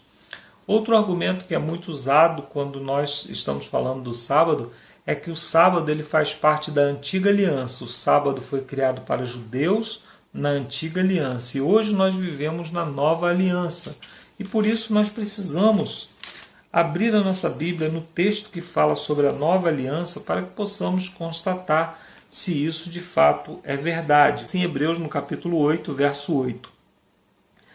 Eis que vem dias, diz o Senhor, em que firmarei uma nova aliança com a casa de Israel e com a casa de Judá. não segundo a aliança que fiz com seus pais no dia em que os tomei pela mão para os conduzir até fora da terra do Egito, pois eles não continuaram na minha aliança e não me atentei para eles, diz o Senhor. Porque esta é a aliança que firmarei com a casa de Israel depois daqueles dias, diz o Senhor. Na sua mente imprimirei as minhas leis, também sobre o seu coração as inscreverei, e eu serei o seu Deus, e eles serão o meu povo. Aqui nós encontramos Deus dizendo que a nova aliança, ele diz, eis que vem dias em que firmarei uma nova aliança com a casa de Judá e com a casa de Israel. Portanto, alguém dizer que não guarda o sábado porque o sábado é para judeu, ou seja, para a casa de Judá e para a casa de Israel, não faz lógica, porque não tem lógica, porque nesse caso ele não poderia também participar da nova aliança, já que ela é para judeu, na casa de Judá é a casa de Israel. Outra coisa é dizer que a lei ela foi abolida na nova aliança. Aqui nós lemos que verso 10, porque esta é a aliança que farei com a casa de Israel depois daqueles dias. Na sua mente imprimirei as minhas leis e também sobre o seu coração as inscreverei. A palavra lei que aparece aqui, ou leis que aparece aqui, ela é a palavra Torá, porque essa aqui é uma citação de Jeremias no capítulo 31, verso 31. Aqui é uma citação literal do texto lá. E quando nós vamos ao texto original, a palavra que aparece lá para leis é a palavra Torá. Então ele está dizendo que a Torá, ou seja, a lei de Deus, ela está sendo impressa no coração daqueles que fazem parte da nova aliança. Em 1 João, no capítulo 2, verso 6, lemos: aquele que diz que permanece nele, esse deve também andar assim como ele andou. Aqui nós encontramos o apóstolo João dizendo que aquilo que Jesus praticou deve ser regra de fé na nossa vida. Portanto, quando nós lemos Lucas capítulo 4, verso 16 e verso 31, onde lemos que Jesus Cristo esteve guardando os sábados conforme o seu costume, também devemos guardar. O apóstolo Paulo também disse que nós devemos imitá-lo, assim como ele foi imitador de Cristo. Portanto, não existe nenhum tipo de mandamento que nos diz que devemos frequentar cultos à igreja nos dias de sábado. No entanto, fazemos isso porque seguimos os passos de Cristo, seguimos os passos do nosso Mestre. Isaías, no capítulo 58, verso 13, nós encontramos uma promessa relacionada ao sábado. Se desviares o teu pé de profanar o sábado e de cuidar dos teus próprios interesses no meu santo dia, e se chamares o sábado deleitoso e santo dia do Senhor, digno de honra, e honrares não seguindo os teus caminhos, não pretendendo fazer a tua própria vontade, nem falando palavras vãs, então te deleitarás no Senhor. E eu te farei cavalgar sobre os altos da terra, e te sustentarei com a herança de Jacó, teu pai, porque a boca do Senhor o disse. Aqui nós encontramos uma promessa do próprio Deus dizendo que aqueles que forem fiéis nesse mandamento, que forem fiéis honrando o Senhor com esse dia, separando esse dia para adoração, eles seriam sustentados não pelos seus patrões, não pela mão do seu empregador, não por um trabalho, mas pela mão do próprio Deus. Então, que possamos colocar fé no nosso Deus, que nos sustentou até aqui, que tem nos sustentado nesses momentos difíceis e que nos sustentará por toda a eternidade, quando viveremos a essência do sábado para todo sempre, por todos os dias, porque todos os dias estaremos na presença do Senhor, como diz o livro de Hebreus no capítulo 4, verso 4 e verso 10. Eu aguardo você no final desse vídeo, quando nos encontraremos para as perguntas para discussão. Um bom estudo a todos e até o final do vídeo. Valeu, Marcos. Obrigado aí pelo alinhamento às doutrinas. Vamos agora então para a quarta-feira. As Escrituras interpretam as Escrituras. E aí nós fizemos uma pergunta na introdução, né? É possível usar somente a base escriturística, né, para que nós possamos interpretar as Escrituras? E as profecias, como que ficam? E aí nós vamos analisar então a aplicação do método Pardés para isto. Mas antes, na quarta-feira, na ponta da linha, Ricardo. Bom, o autor da lição, ele fala o seguinte, que O título, na verdade, é autoexplicativo, assim como a própria Bíblia, ela é autoexplicativa segundo o texto do autor. Ou seja, nós encontramos os fundamentos para interpretar qualquer texto bíblico na própria Bíblia. Agora, a gente já entrando propriamente na entrelinha. Como que isso poderia funcionar?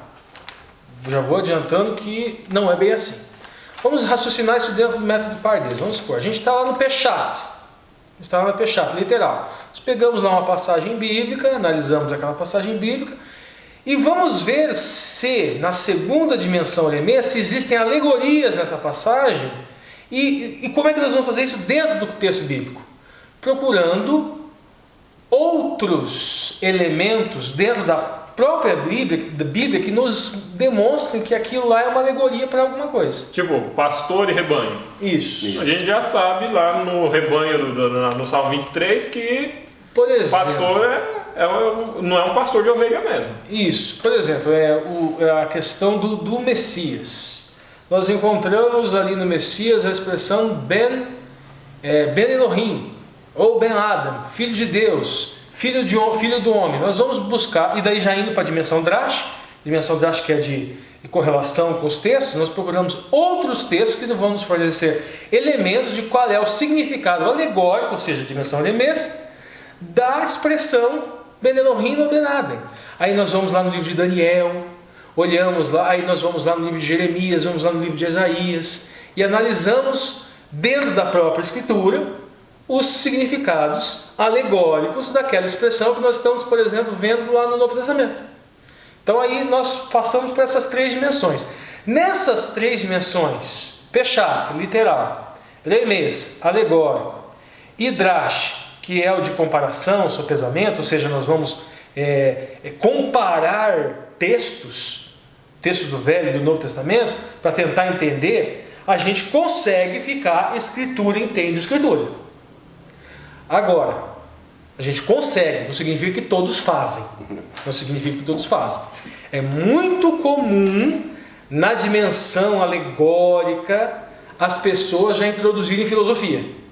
É muito comum na dimensão da comparação dos textos, ou seja, eu digo que esse texto equivale àquele texto. No momento em que eu faço a seleção do texto, escolhendo esse e escolhendo não aquele, tem uma carga interpretativa. Por que eu escolhi esse texto e não aquele outro? E às vezes a minha carga interpretativa é filosófica. Aí eu já estou fora do escritura, interpreta escritura. Então é possível, tanto na segunda dimensão quanto na terceira dimensão, eu sair desse princípio sola escritura. É possível que... E vou adiantar para vocês, gente, a gente encontra muito isso no meio adventista. É errado? Não é errado. É comum, mas é perigoso. É perigoso quando a pessoa não tem o comprometimento com a verdade. Ou quando faz mal feito. Ou quando faz mal feito, exatamente. Quando a pessoa tem o comprometimento com a verdade, ou quando ela manuseia pura e simplesmente mal o texto escrito. Mas também uma advertência que a gente vai fazer. Eu já vi isso acontecer, gente. A pessoa fala assim, pode criticar o fulano de tal à vontade, mas tudo que ele fala está na Bíblia. Não está na Bíblia. O assunto que ele está falando é bíblico. Mas na hora dele construir o raciocínio do literal, o alegórico, e para correlacionar os textos, ele coloca a carga filosófica dele. Ele coloca a ideologia dele. E muitas vezes é consciente, outras vezes é inconsciente. Como eu vou identificar isso? Fácil identificar isso. Se uma pessoa pega texto bíblico para atacar ideologia do sociólogo fulano de tal, ideologia do filósofo ciclano de tal, se uma pessoa constrói, vai para a dimensão Drash, para questionar posicionamento do antropólogo fulano de tal. Gente, já saiu do Sola Escritura. O texto bíblico não foi escrito para se contrapor sociólogo nenhum. O texto bíblico não foi feito para se contrapor cientista nenhum. Então, se a Nem pessoa... para comprovar a verdade científica. Nem para comprovar. Nem para negar a verdade Exatamente. científica. Então, se a pessoa está fazendo isso, ela já está saindo da Escritura. Ah, mas ela está... Mas não, ela só usa a Bíblia. Não, gente. Ela está falando sobre Bíblia, mas está atacando... Está fazendo a Bíblia de ventríloco, né? Isso, exatamente. Está ele ali manipulando Isso. e a Bíblia é o bonequinho. E a Bíblia é o bonequinho dele. Fala com as palavras dele. Aplicando em contextos Então isso daí cabe a cada um. Eu acho que foi claro a crítica que eu gostaria de fazer, não dei nome para ninguém, até porque não estou pensando em ninguém em particular, só estou dizendo que é errado fazer isso. Agora, seguindo. Ok, então quando a gente vai sola escritura, Peshat, ou seja, interpretação literal do texto, Remes, alegórica, e Drash, comparação de textos, eu posso ficar dentro de uma análise sola escritura? Posso. É comum que saiam disso? É. É errado sair disso? Não. Mas é perigoso. Devemos tomar cuidado. E tomar cuidado, inclusive, com os charlatões do texto bíblico. Agora, o Alexandre volta aqui, o Lúcio vai ter que abrir mão um pouquinho do transtorno dele de gostar de fazer close, porque o Alexandre vai ter que ficar aqui porque Eu estou comendo uma barrinha de cereal ainda. porque este slide foi montado por ele e ele vai ter que me ajudar. Especificamente, gente, em profecia é impossível ficarmos só no sola escritura. E nós vamos demonstrar isso com base no Pardês. O Lúcio vai me ajudar aqui. Vamos fazer de conta que a gente está com a TV touch aqui, Lúcio. Vamos lá, trombetas. Aqui. Vamos lá, gente.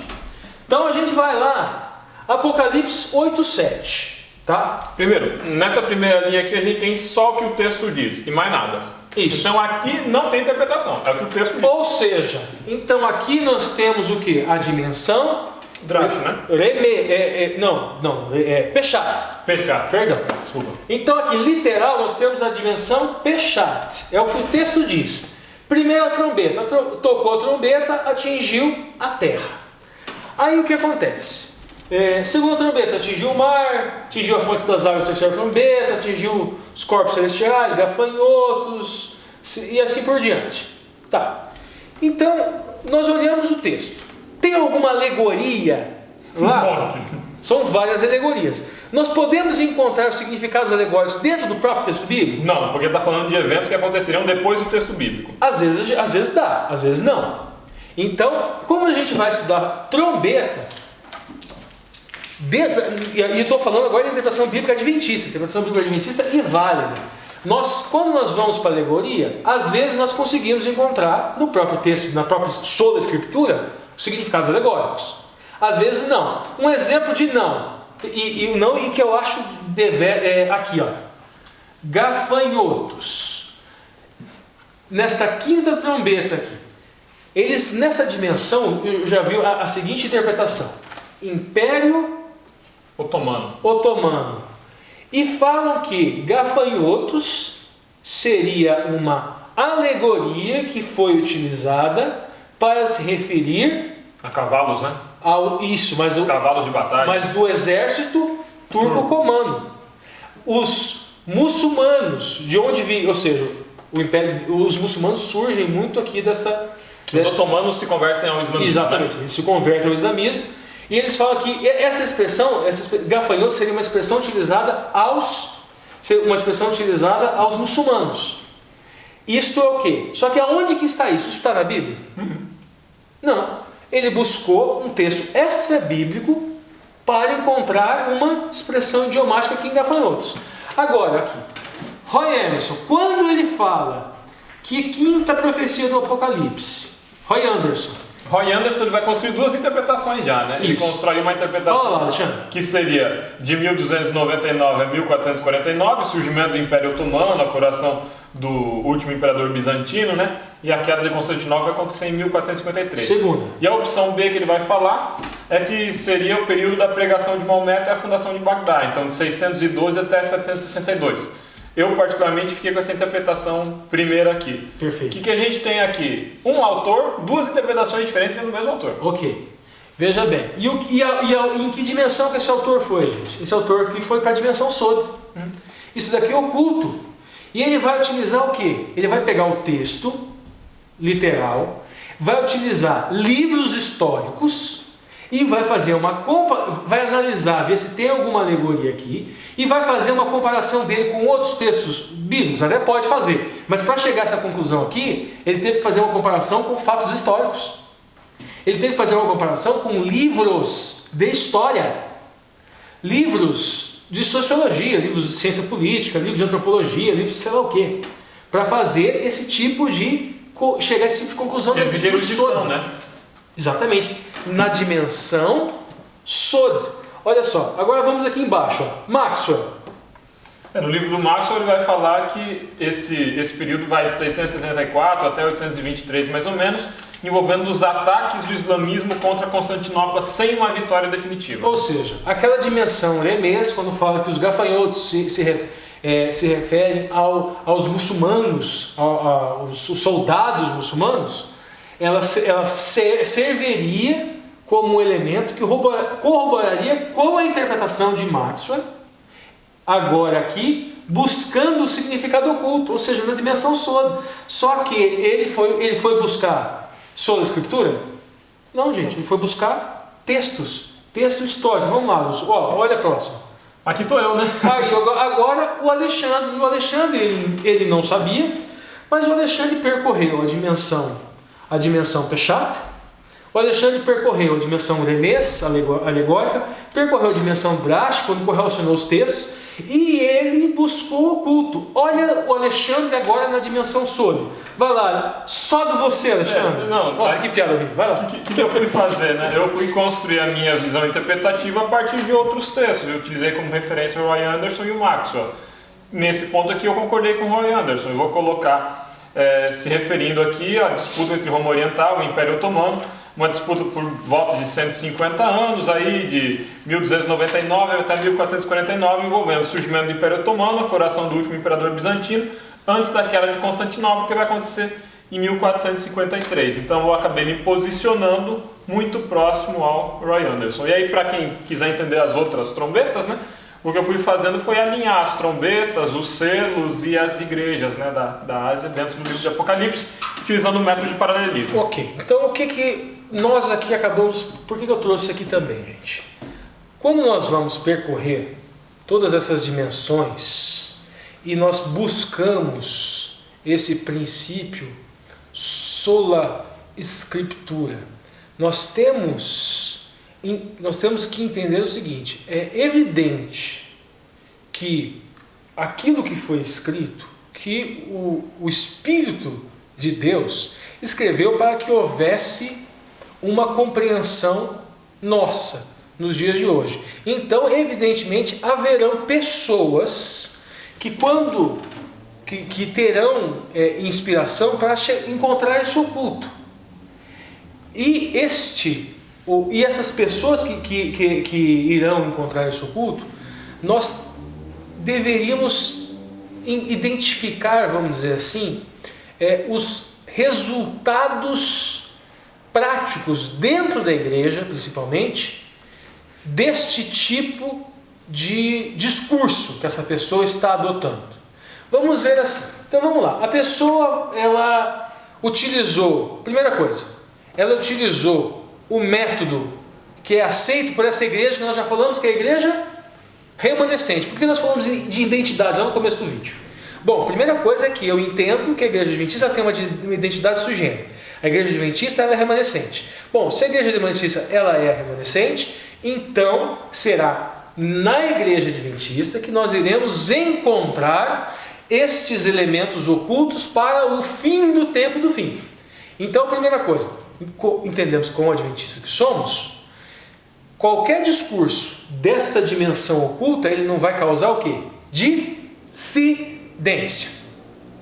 Então, se aparece, mesmo que alguém se dizendo que é pastor, com um discurso, vai lá, que Peshat, literal, Remês, alegórico, drástico, relaciona lá, e chega no Sod, e ele encontra um significado oculto, e esse tipo de discurso do oculto está causando dissidência, você não precisa nem raciocinar muito. Isso é obra de Satanás. Pelos seus frutos os conhecereis. Isso é obra, não é do Espírito de Santidade. Isso é obra do inimigo. Beleza, primeiro ponto. Segundo ponto, este pensamento sordo, você consegue perceber claramente que a intenção da pessoa de criar esta novidade oculta, de trazer essa novidade oculta à igreja, é promoção própria, promoção pessoal, autossatisfação, autopromoção. Tenha certeza de que não é obra do Espírito Santo. Não precisa raciocinar, não precisa refletir muito. Terceira coisa, a pessoa traz esta coordenada, esta do oculto, e ele gera ódio interno meu para com o meu irmão. Não, esta pessoa, este tipo de entendimento, e eu estou apontando o Alexandre aqui, mas não é o Alexandre não, tá gente? Tá bom. É só um exemplo. É só um exemplo. Esta pessoa, ou seja, o discurso dessa pessoa, ele gera ódio entre os membros da igreja? Não é. Ele gera ódio nosso para com o outro, para com o próximo, para com outras denominações religiosas. Não é. Não é por quê? Porque o mandamento maior é amar a Deus e amar o próximo. Então vamos tomar muito cuidado com os reveladores do oculto, inclusive dentro do movimento adventista. Bom, pessoal, então agora nós vamos para a quinta-feira. Lembrando que na quinta-feira teremos aqui também para encerrar as perguntas para discussão com o Marcos André. Na quinta-feira, Sola Escritura e Ellen White, né? Novamente uma cereja do bolo. Nós vamos falar assim, como Ellen White leria Ellen White hoje, né? E os problemas da inspiração verbal e a inerrância, né, do texto. Mas antes de nós entrarmos nas entrelinhas, na ponta da linha, Alexandre. Beleza. Na lição de quinta-feira ele vai falar o seguinte, o autor, né? Espera lá, é só escritura. Ok. Mas vocês adventistas não seguem Ellen White? Ele vai falar o seguinte, Ellen White se posiciona como uma luz menor, ela serve como um indicador para a Bíblia, ela não substitui a Bíblia, apesar de ela passar por um processo de inspiração semelhante.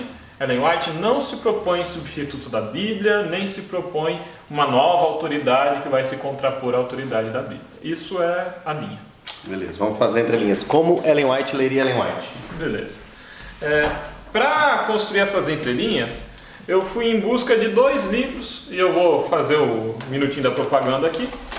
Um desses livros se chama Em Busca da Identidade, o desenvolvimento das doutrinas adventistas do sétimo dia. Esse livro aqui é do George Knight, editado pela Casa Publicadora.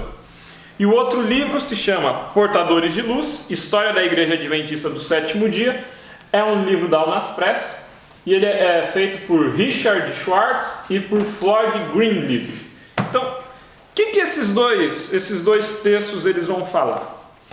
Começando pelo George Knight, ele vai indicar como a igreja cristã ela sofreu uma luta muito intensa nas décadas de 1920, 1930, que foi uma guerra, de certa forma, entre as tendências tradicionais e liberais. Isso não é do adventismo, tá? Isso era de todas as tendências. E a tendência liberal começou a questionar a autoridade da Bíblia, dizendo que a Bíblia era só mais um texto, dizendo que aquilo que estava escrito não era bem assim, que Jesus de repente não tivesse ressuscitado mesmo, fosse mais um guru, um cara para a gente seguir. Teve muita gente no cristianismo liberal que seguiu nessa linha aí. Por outro lado, os tradicionalistas, os mais conservadores diziam assim, não, a Bíblia é uma palavra inspirada por Deus, é a nossa regra de fé. Deus, ele inspirou a Bíblia palavra por palavra, na perspectiva desses tradicionalistas. Então, cada palavra da Bíblia era ditada por um anjo. Isso a gente vai chamar de inspiração verbal, ou seja, nessa perspectiva, Deus dava as palavras para o profeta. Cada palavra do profeta era dada por Deus. E a inerrância do texto bíblico, se cada palavra do profeta era dada por Deus, a Bíblia jamais erra. nada na Bíblia estaria errado, confuso ou problemático. Nada. Como que isso vai se relacionar com o Adventismo agora? Alguns adventistas vão começar, e Andreasen vai ser um deles depois, vão começar a adotar esses princípios da inspiração verbal e da inerrância do texto bíblico, que era muito comum entre as lideranças tradicionalistas do cristianismo na época, e vão aplicar essa interpretação para os textos do Espírito de Profecia, falando que Ellen White foi inspirada verbalmente, ou seja, cada palavra dela foi inspirada, ditada por um anjo, e que os textos dela são portadores da mesma inerrância do texto bíblico. Ou seja, nada de Ellen White pode se contradizer, pode ser errado, é infalibilidade. Só que como Ellen White se situaria em relação a isso? Eu vou pedir licença para vocês e vou ler bastante, gente. Eu quero ler para vocês primeiro, do livro do George Knight, Em Busca da Identidade, página 137 e 138. Eu lendo ele, acredito que vai ser mais explícito e mais claro para vocês. 137 e 138, diz assim: no começo da década de 1920, muitos adventistas aplicaram seus conceitos de inerrância e verbalismo aos escritos de Ellen White. É preciso reconhecer, porém, que nem todos os líderes adventistas defendiam a posição fundamentalista sobre inspiração. Alguns dos líderes mais notáveis da igreja adotaram uma posição moderada. Ellen White, curiosamente, pertencia a esse grupo. A Bíblia, escreve ela em 1886, foi escrita por homens e inspirada por Deus, mas não é a maneira de pensar e exprimir-se de Deus. Esta é da humanidade. Deus, como escritor, não se acha representado. A Bíblia não foi escrita por Deus.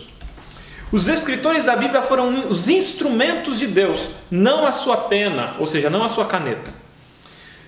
Não são as palavras da Bíblia que são inspiradas, mas os homens é que foram inspirados. A inspiração não atua nas palavras do homem ou em suas expressões, mas no próprio homem, que sob a influência do Espírito Santo é possuído de pensamentos. As palavras, porém, recebem o cunho da mente individual. A mente divina é difusa. A mente divina, bem como a sua vontade, é combinada com a mente e a vontade humanas. Assim, as declarações do homem são as palavras de Deus. A partir de sua própria experiência, ela escreveu: se bem que eu seja tão dependente do Espírito Santo ao escrever minhas visões como ao recebê-las, todavia as palavras que emprego ao descrever o que vi são minhas mesmo, a menos que sejam as que me foram ditas por um anjo, as quais sempre ponho entre aspas. Ellen White não apenas rejeitou a inerrância verbal, mas também negou a inerrância. Não apenas rejeitou a inspiração verbal, mas negou a inerrância. Ela ficou, portanto, mais do que feliz ao serem corrigidos os erros factuais em livros como O Grande Conflito. Tinha erro no Grande Conflito, gente. Durante sua revisão em 1911. Essa revisão, contudo, causou indignação entre os proponentes da inspiração verbal no Arraial Adventista. Como resultado da nova edição de O Grande Conflito, Ellen White teve que escrever a Haskell, confirmando, o filho de Ellen White, que sua mãe nunca quis que nossos irmãos tratassem os escritos dela como autoridade em história. Creia, irmão Haskell, que existe o perigo de prejudicarmos a obra de mamãe, pretendendo que ela seja mais do que ela mesma pretendia, mais do que papai pretendia, mais do que os pastores Andrews, Wagner ou Smith pretendiam. Não consigo ver coerência em propor uma afirmação de inspiração verbal, quando mamãe não fez essa reivindicação.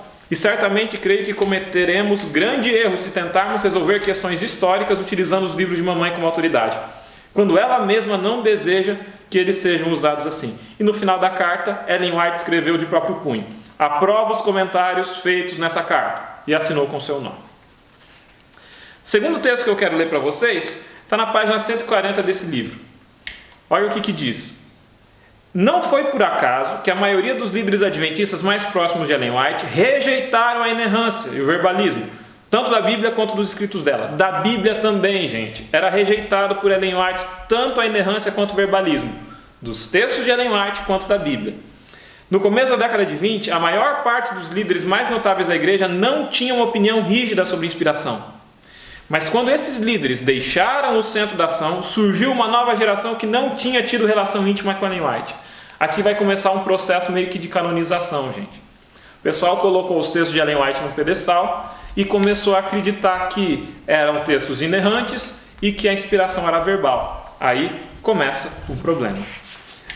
Terceira passagem que eu quero ler para vocês e última do texto de George Knight, está na página 162 e 163. Ele vai dizer o seguinte aqui.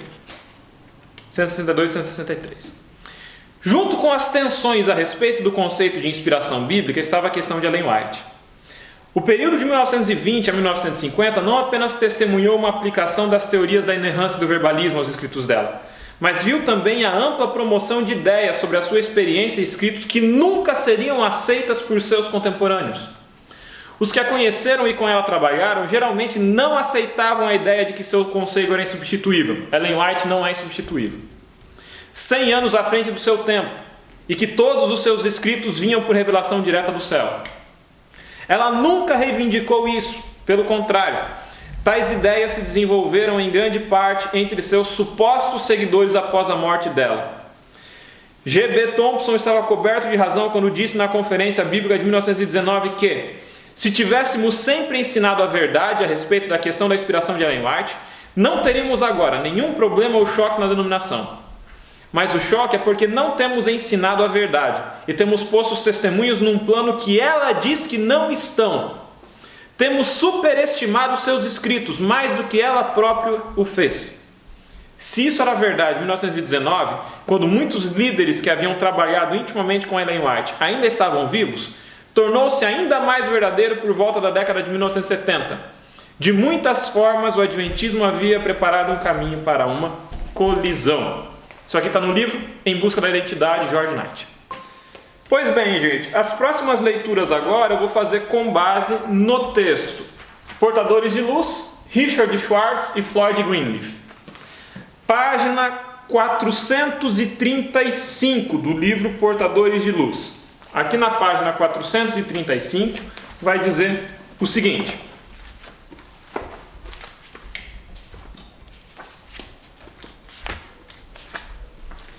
Ellen White, com 82 anos, isso aqui vai falar do último grande pronunciamento público de Ellen White, tá? Qual foi a última mensagem que ela quis deixar? Quando viajou para Takoma Park, em 1909, a fim de participar de sua última Assembleia da Associação Geral, a essa altura lhe faltavam umas forças, porém no início da Assembleia foi anunciado que ela queria reunir-se com todos os ministros presentes. Muitos, especialmente entre os obreiros mais jovens, esperavam ansiosamente essa ocasião, visto que todos sentiam que poderia ser a despedida dela. Então, era a última mensagem de Ellen White, gente. Todo mundo comovido, querendo ouvir o que ela ia falar. Olha o que ela disse. Depois de ler João 3, 1 a 5, a senhora White, calma e simplesmente, começou a expor a necessidade universal de dar ouvidos às palavras de Cristo. Deveis nascer de novo. Alguns dos presentes ficaram surpresos e um pouco desapontados. Era esse o tema mais importante para falar aos principais ministros da igreja? Contudo, antes de terminar sua breve palestra de menos de 30 minutos, muito entre os ouvintes tinham sido profundamente comovidos. Quase 40 anos mais tarde, um deles recordava que nunca nem até agora ouvi tal apresentação da obra do Espírito Santo, de examinar a consciência e ao mesmo tempo de forma amável e formosa, transformar as vidas humanas na gloriosa semelhança de Cristo, como ela nos apresentou.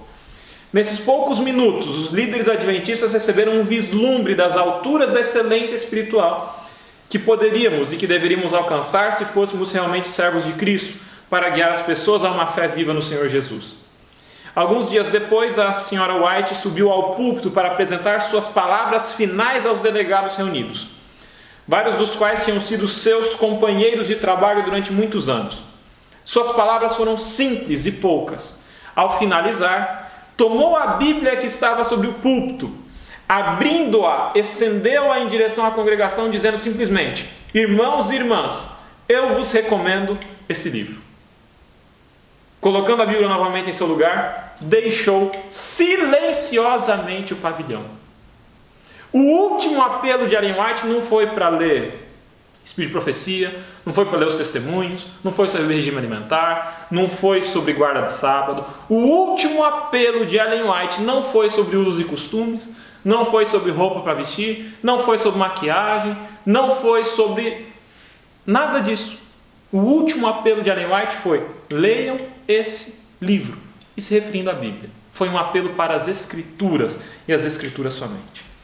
No livro de memórias dela, página 436 ainda, aqui no Portadores de Luz, fala que Ellen White tinha uma preocupação. Olha a preocupação que ela tinha ainda. Depois dessa assembleia, já nos anos finais de vida, a senhora White estava decidida a não ser uma pedra de tropeço para ninguém.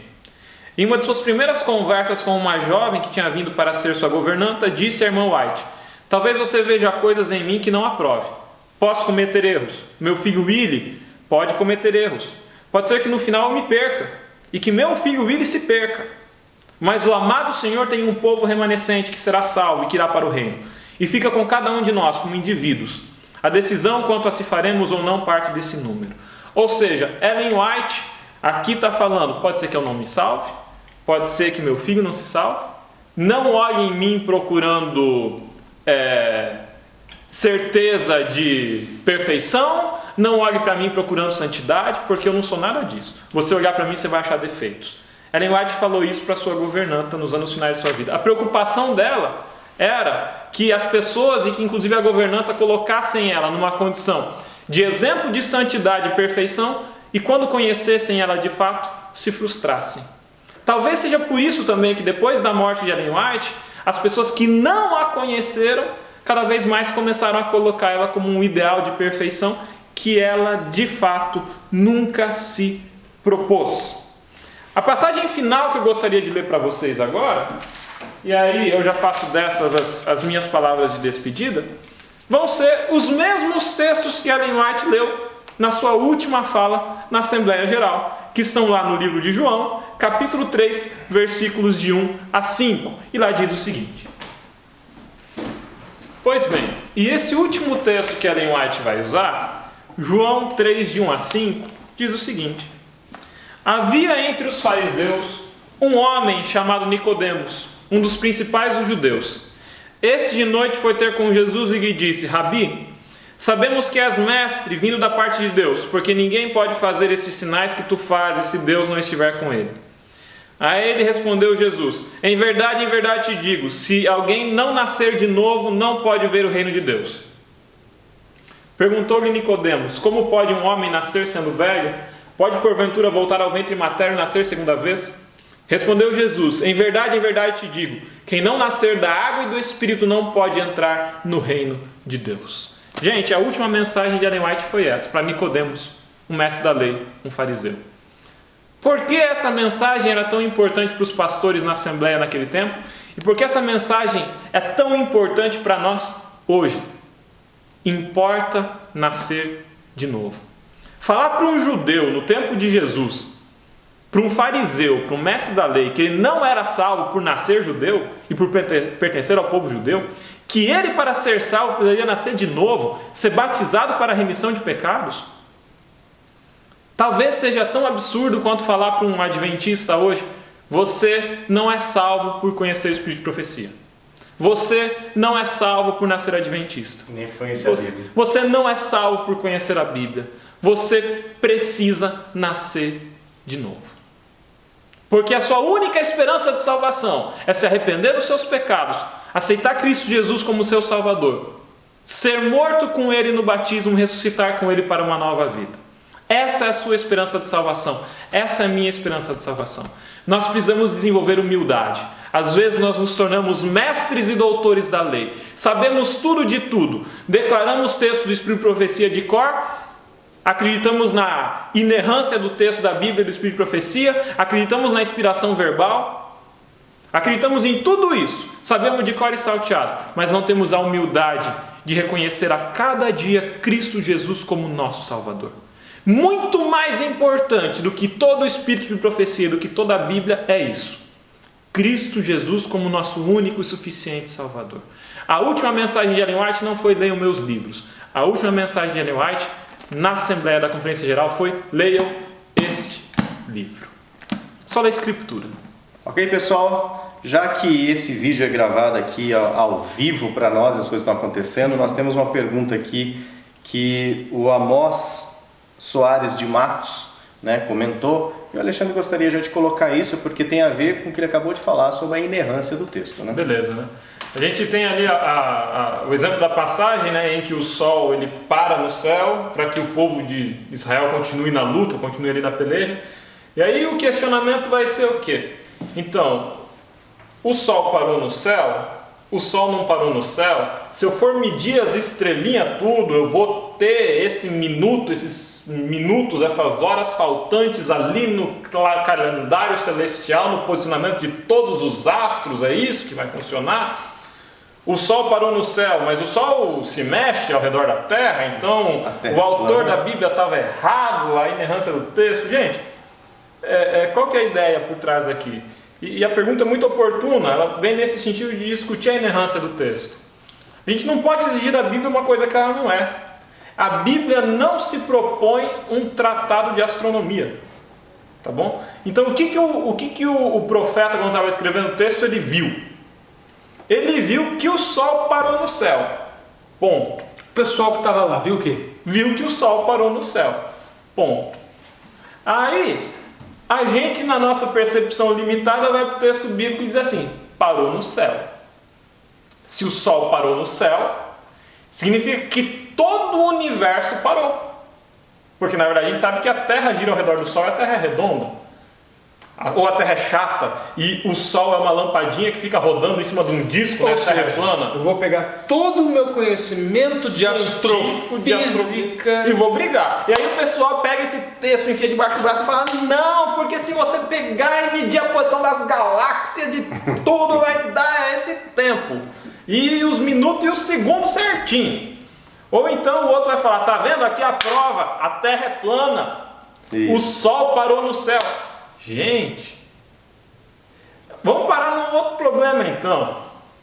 Se a Terra é redonda e a Terra parasse de girar ao redor do Sol, a lei da inércia ia arremessar a gente para lá de Plutão. Ia todo mundo voar do planeta Terra, assim, a água ia evaporar toda, né? Ia vazar tudo, acabou se parar do planeta Terra. A gente está falando de Deus. Quem disse que o Sol parou no céu foi o profeta. O profeta está descrevendo um fenômeno que ele viu. Se Deus ter mandado um anjo ir lá brigar no lugar do Sol, não ia continuar dia do mesmo jeito? Ia alterar o calendário astronômico? Ia parar o universo? Para as pessoas que estavam lá lutando, ia entrar o sábado? Não, porque eles iam olhar para o céu e iam falar: olha lá, o sol está parado. Pronto! Deus faz assim: acende um anjo brilhando lá no céu e resolve o problema. A gente não tem que ir para a Bíblia procurando um tratado de botânica, um tratado de estudo de biologia. Anjo, né? Acende uma luz lá. A gente não precisa da Bíblia como um texto de ciência. A gente vai para a Bíblia como um texto escrito por um monte de gente simples, com o conhecimento que eles tinham disponível milhares de anos atrás, mas inspirados por um Deus santo, por um Deus perfeito, descrevendo eventos reais. Só que eles vão descrever esses eventos muitas vezes dentro da capacidade analítica de observação que e eles veja tinham. bem, então será que o profeta mentiu? Interpretou o evento erroneamente? Então a Bíblia está errada? Então ele não era inspirado? Se ele interpretou o fenômeno erroneamente, ele não era inspirado. Não é que ele interpretou o fenômeno erroneamente, é que ele descreveu o fenômeno dentro das limitações linguísticas inerentes à linguagem humana, do jeito que ele viu. Vamos lá, talvez isso provoque um pouco mais e choque um pouco mais ainda. As pragas do Egito, vai lá dizer que o mar virou em sangue. Beleza, significa que agora eu vou precisar fazer escavamentos no Egito arqueológicos para porque eu acredito que se o mar virou em sangue, lá no fundo do Mar Vermelho deve ter sedimentado, uma camada sedimentar no leito rochoso do subsolo embaixo do Mar Vermelho, com uma hemácia divina que ele fez o mar virar em sangue. Então tinha uma hemácia. Gente, o mar ficou vermelho. tinha cheiro de sangue, tinha gosto de sangue, Não sei se você tinha consegue ver. textura de sangue, o negócio provavelmente coagulava, porque era como sangue, Parecia sangue. e parecia sangue. Tinha jeito de sangue, tinha cara de sangue, tinha cheiro de sangue, tinha jeito de sangue. Como Deve que ser Moisés sangue. vai falar? É sangue. Agora, a gente não vai exigir agora qual que era o RH e qual que era a tipagem sanguínea do Mar Vermelho, né, gente? Por favor. Pessoal, novamente a frase do vídeo anterior, caçar pelo em ovo, né, povão? Mas vamos lá. Não estamos falando que Não que o fez a Amós pergunta. fez a pergunta caçando pelo em ovo, né? Mas é que muita gente gera Começa suas a fazer vidas. isso. Quer dar essas respostas de uma maneira erudita para mostrar que ele é culto, para mostrar que ele é erudito? Vamos deixar um espaço para o divino. E constrói estes castelos teratológicos com monstros mitológicos dentro, com seres sobrenaturais dentro, e que na verdade ele tem tudo, menos inspiração de Às Deus. vezes era um anjo com uma lanterna angelical no céu e pronto. Pronto.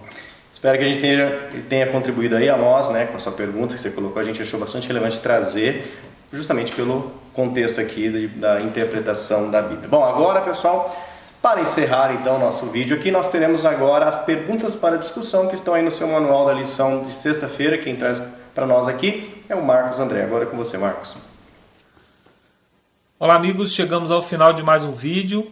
E se você chegou até esse ponto, certamente você entendeu um pouco mais sobre a importância da palavra de Deus na formação daquilo que nós somos como igreja, como cristãos, como pessoas, porque a Bíblia realmente ela só faz sentido quando ela pode ser aplicada nos nossos relacionamentos diários, como nós nos relacionamos com a nossa família, com os nossos amigos, com a nossa comunidade, com o nosso Deus. Então a Bíblia é um livro prático para que possamos nos relacionar de maneira prática com as pessoas que estão ao nosso redor. E assim a Bíblia se torna um livro vivo, porque ela é utilizada em algo prático, em algo vivo, em algo que acontece no nosso dia a dia e não é apenas como uma teoria, né? Chegamos à parte de sexta-feira, onde nós encontramos aqui as perguntas, né? E a primeira pergunta diz assim: quais crenças errôneas as pessoas defendem por terem examinado apenas alguns textos selecionados em vez de pesquisar tudo o que a Bíblia diz sobre um assunto? Eu poderia citar aqui muitos textos a respeito da divindade de Cristo, textos a respeito do sábado que são entendidos de maneira equivocada, né, pelos irmãos de outras denominações. E também poderia citar Atos 10, que fala lá sobre a alimentação. Muitas pessoas entendem aquela visão de Pedro como se fosse Deus abolindo as leis sobre saúde do Antigo Testamento, sobre a alimentação do Antigo Testamento. Mas isso seria um olhar muito distante que seria muito prático, né, para nós que olhamos para os nossos irmãos de outras denominações e achamos que nós não podemos incorrer nos mesmos erros. Por isso eu escolhi um texto que pode ser mal compreendido, inclusive por nós. Eu escolhi Mateus do capítulo 18, quando Jesus Cristo diz como nós devemos tratar um irmão quando ele erra, quando ele peca. Né? Verso 15 do capítulo 18 diz assim: se teu irmão pecar contra ti, vai arguí-lo entre ti e ele só, e se ele te ouvir, ganhaste o teu irmão. Então o primeiro passo não é falar com o pastor, não é falar com a comissão da igreja, não é falar com os irmãos da igreja, é entre você e ele só. Chegar lá e falar: irmão, eu posso te ajudar em alguma coisa, eu sinto que você está passando por algumas dificuldades, tem alguma coisa que eu possa fazer por você? Então esse é o primeiro passo, é você tentar recuperar esse irmão. Se ele te ouviu, morreu o assunto e agora estamos resolvidos, né? Próximo passo, verso 16: se porém não te ouvir, toma ainda contigo uma ou duas pessoas, para que pelo depoimento de 2 ou 3 testemunhas toda palavra se estabeleça. Isso é importante. Aí nesse ponto você vai ao ancião da igreja, vai ao pastor da igreja, explica a situação para ele. Por que é importante você submeter a mais 2 ou 3 pessoas? Porque talvez você esteja errado. Naquela situação, ao arguir o irmão, você não conseguiu ter êxito porque talvez a sua abordagem esteja errada ou mesmo a sua opinião sobre aquele tema esteja errado. Então é importante que você submeta a sua opinião a outras pessoas. Verso 17. E se ele não atender, dize-o à igreja. E se recusar ouvir também a igreja, considera-o como um gentil e publicano. Essa parte final aqui é que é muito mal compreendida. Parece que a gente tem que expulsar aquela pessoa da igreja. Parece que nós temos que fazer com que essa pessoa não faça mais parte do rol de membros da igreja, para que a igreja não fique contaminada com os pecados e coisas desse tipo. Mas, na verdade, o que é tratar como um gentio e publicano? Como nós tratamos as pessoas que não têm conhecimento da verdade e que por isso andam em pecado? Nós trazemos elas para o seio da igreja. Nós pegamos elas e trazemos com carinho, evangelizamos, né? Falamos da palavra de Deus com carinho para ela, para que ela faça parte novamente, ou para que ela venha para o seio da igreja. E é assim que nós devemos tratar. Então a disciplina eclesiástica, ela é algo redentivo, algo que é utilizado para que o irmão se fortaleça na igreja e não para que ele seja expulso da igreja. Então ela também não é um ato de justiça. Nós não usamos a disciplina para pagar, para que o irmão pague pelos pecados que cometeu. Não, nós usamos para que ele seja restabelecido e recolocado no seio da igreja. Então é muito importante a gente pensar sobre isso quando nós vamos levar o nome de um irmão para a disciplina da igreja, para que o nome seja removido do livro da igreja. Nós temos que sempre olhar a melhor maneira de recuperarmos esse irmão. Pergunta número 2. Leia o que Jesus disse em Mateus, no capítulo 11, verso 11, sobre João Batista. Jesus destacou um profeta que não tem nenhum escrito na Bíblia. Porque um profeta pode ser verdadeiro mesmo sem que tenha escrito um livro bíblico?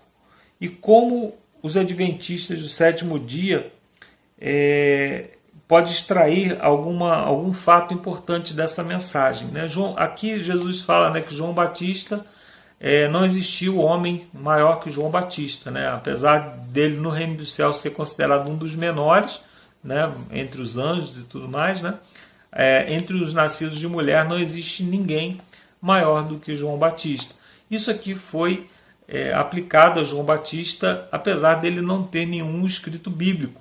Então, um profeta, ele pode ser um profeta verdadeiro, ele pode ser um profeta considerado pela palavra de Deus como um profeta verdadeiro, provado na palavra de Deus como um profeta verdadeiro, sem ter livros na Bíblia, que é o caso que nós temos também de Ellen White.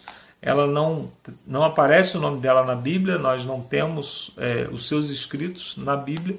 No entanto, nós, quando avaliamos pelos critérios, nós já estudamos aqui a respeito de como avaliar um profeta, quando nós avaliamos pelos critérios bíblicos, ela é considerada uma profetisa verdadeira. Então nós entendemos nesse texto, né, que mesmo pessoas que não fizeram parte dos escritos bíblicos podem ser considerados importantes. E você, no trabalho que você faz aí na sua igreja, na sua comunidade, você é importante para Deus, porque a Bíblia diz que todos nós somos sacerdotes, né? Nós estudamos isso durante essa semana na lição, que todos nós somos sacerdotes e, portanto, estamos à frente dessa grande obra que o Senhor nos delegou. Pergunta número 3. Como adventistas do sétimo dia, não estamos sozinhos em reivindicar a Bíblia como nossa autoridade final. Outras igrejas também fazem. Como explicar as doutrinas contrárias que outros cristãos afirmam encontrar na Bíblia? Então, muitas pessoas, né, como eu citei lá, né, de Atos 10, que as pessoas acreditam que ali Deus está abolindo as leis sobre a alimentação do Antigo Testamento. Qual é a diferença entre nós e outras pessoas? Como nós podemos mostrar para essas pessoas que há um equívoco na sua interpretação? Nós precisamos, primeira coisa, explicar o método de interpretação da Bíblia. Se nós não explicarmos os métodos de interpretação da Bíblia, as pessoas vão pegar um texto fora do contexto sempre. Como que nós interpretamos a Bíblia? A Bíblia toda fala sobre um assunto. Aí nós vamos lá do Gênesis ao Apocalipse, como Jesus fez lá em Lucas, no capítulo 24, desde dos livros de Moisés, passando pelos Salmos e pelos profetas, vendo tudo que está escrito a respeito de um tema. aí sim nós chegamos ao final com o que a Bíblia realmente está dizendo sobre aquele tema. Então, se nós não conseguimos explicar o método, sempre vai ficar aquela disputa, né? Esse texto aqui diz isso, mas o outro diz que não. E parece que a Bíblia ela se contradiz, mas na verdade a Bíblia ela só enfoca coisas diferentes, mas ela não se contradiz jamais. Então o foco de uma passagem está numa posição, o foco de outra passagem está em outra, mas ela não se contradiz de maneira nenhuma. Então, se as pessoas não entenderem que não há contradição na Bíblia, que um testamento não está negando outro testamento, que um livro não está negando outro livro, ou um profeta não está negando outro profeta, se as pessoas não entenderem isso, elas vão ter dificuldades para compreender a Bíblia. Eu espero que você tenha gostado desse vídeo até aqui, e se você gostou, peço que você faça seus comentários aí no vídeo, mesmo que você comente só um oi, para que a gente possa saber que você está aí, para que o vídeo possa ganhar visibilidade também. Isso é um ato missionário que você faz. Eu vejo que muitas pessoas comentam, eu fico muito feliz, mesmo que seja um comentário simples lá, eu fico feliz quando eu vejo vários comentários, que eu vejo o número de comentários e fico muito feliz. Então eu gostaria de, nesse momento, convidar você a orar para que o Senhor fortaleça na nossa mente, no nosso coração, todas essas verdades bíblicas, e para que o Senhor sempre nos dê a oportunidade de levar essa mensagem de uma maneira amorosa e carinhosa para outras pessoas. Vamos orar? Santo e bondoso Deus, muito obrigado, Senhor, porque o Senhor tem nos dado clareza na compreensão da Tua palavra. E se existe alguma parte que nós não estamos compreendendo muito bem, Senhor, nós te pedimos que o Teu Santo Espírito desvende o nosso coração, a nossa mente, os nossos olhos, para que possamos ver somente aquilo que o Teu Santo Espírito deseja nos revelar. Abençoa, Senhor, as pessoas que fazem parte desse canal, desde as pessoas que estão à frente da câmera, como as pessoas que estão atrás da câmera também, todos aqueles que amam esse projeto, todos aqueles que acompanham esse projeto de perto, como sendo parte desse projeto, nós pedimos que nesse momento o Senhor os abençoe, os guarde para que eles possam continuar contribuindo, mesmo que seja com uma oração, para que esse projeto avance. Te pedimos também, Senhor, que o Senhor nos salve de todas as dificuldades desse mundo. Estamos passando por uma pandemia e muitas pessoas ao nosso redor estão doentes, mas nós te pedimos que o Senhor nos guarde e nos proteja para que possamos vencer mais essas dificuldades. É o que te pedimos e te agradecemos pelo nome do nosso Senhor e Salvador Jesus Cristo. Amém. Obrigado, amigos, e até a semana que vem.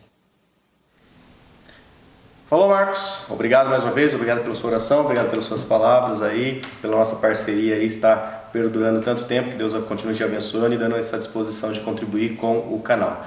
Para você que nos assistiu até aqui, muito obrigado, pessoal. Não esqueça de se inscrever, de acionar o sininho para receber os alertas, de comentar, dar like e também compartilhar com seus amigos para que outras pessoas possam descobrir como interpretar as escrituras, que é o que nós estamos estudando nesse trimestre. E semana que vem? É a sexta semana. Por que a interpretação é necessária? É uma pergunta. Tchau, tchau. Tchau, tchau, Paulo.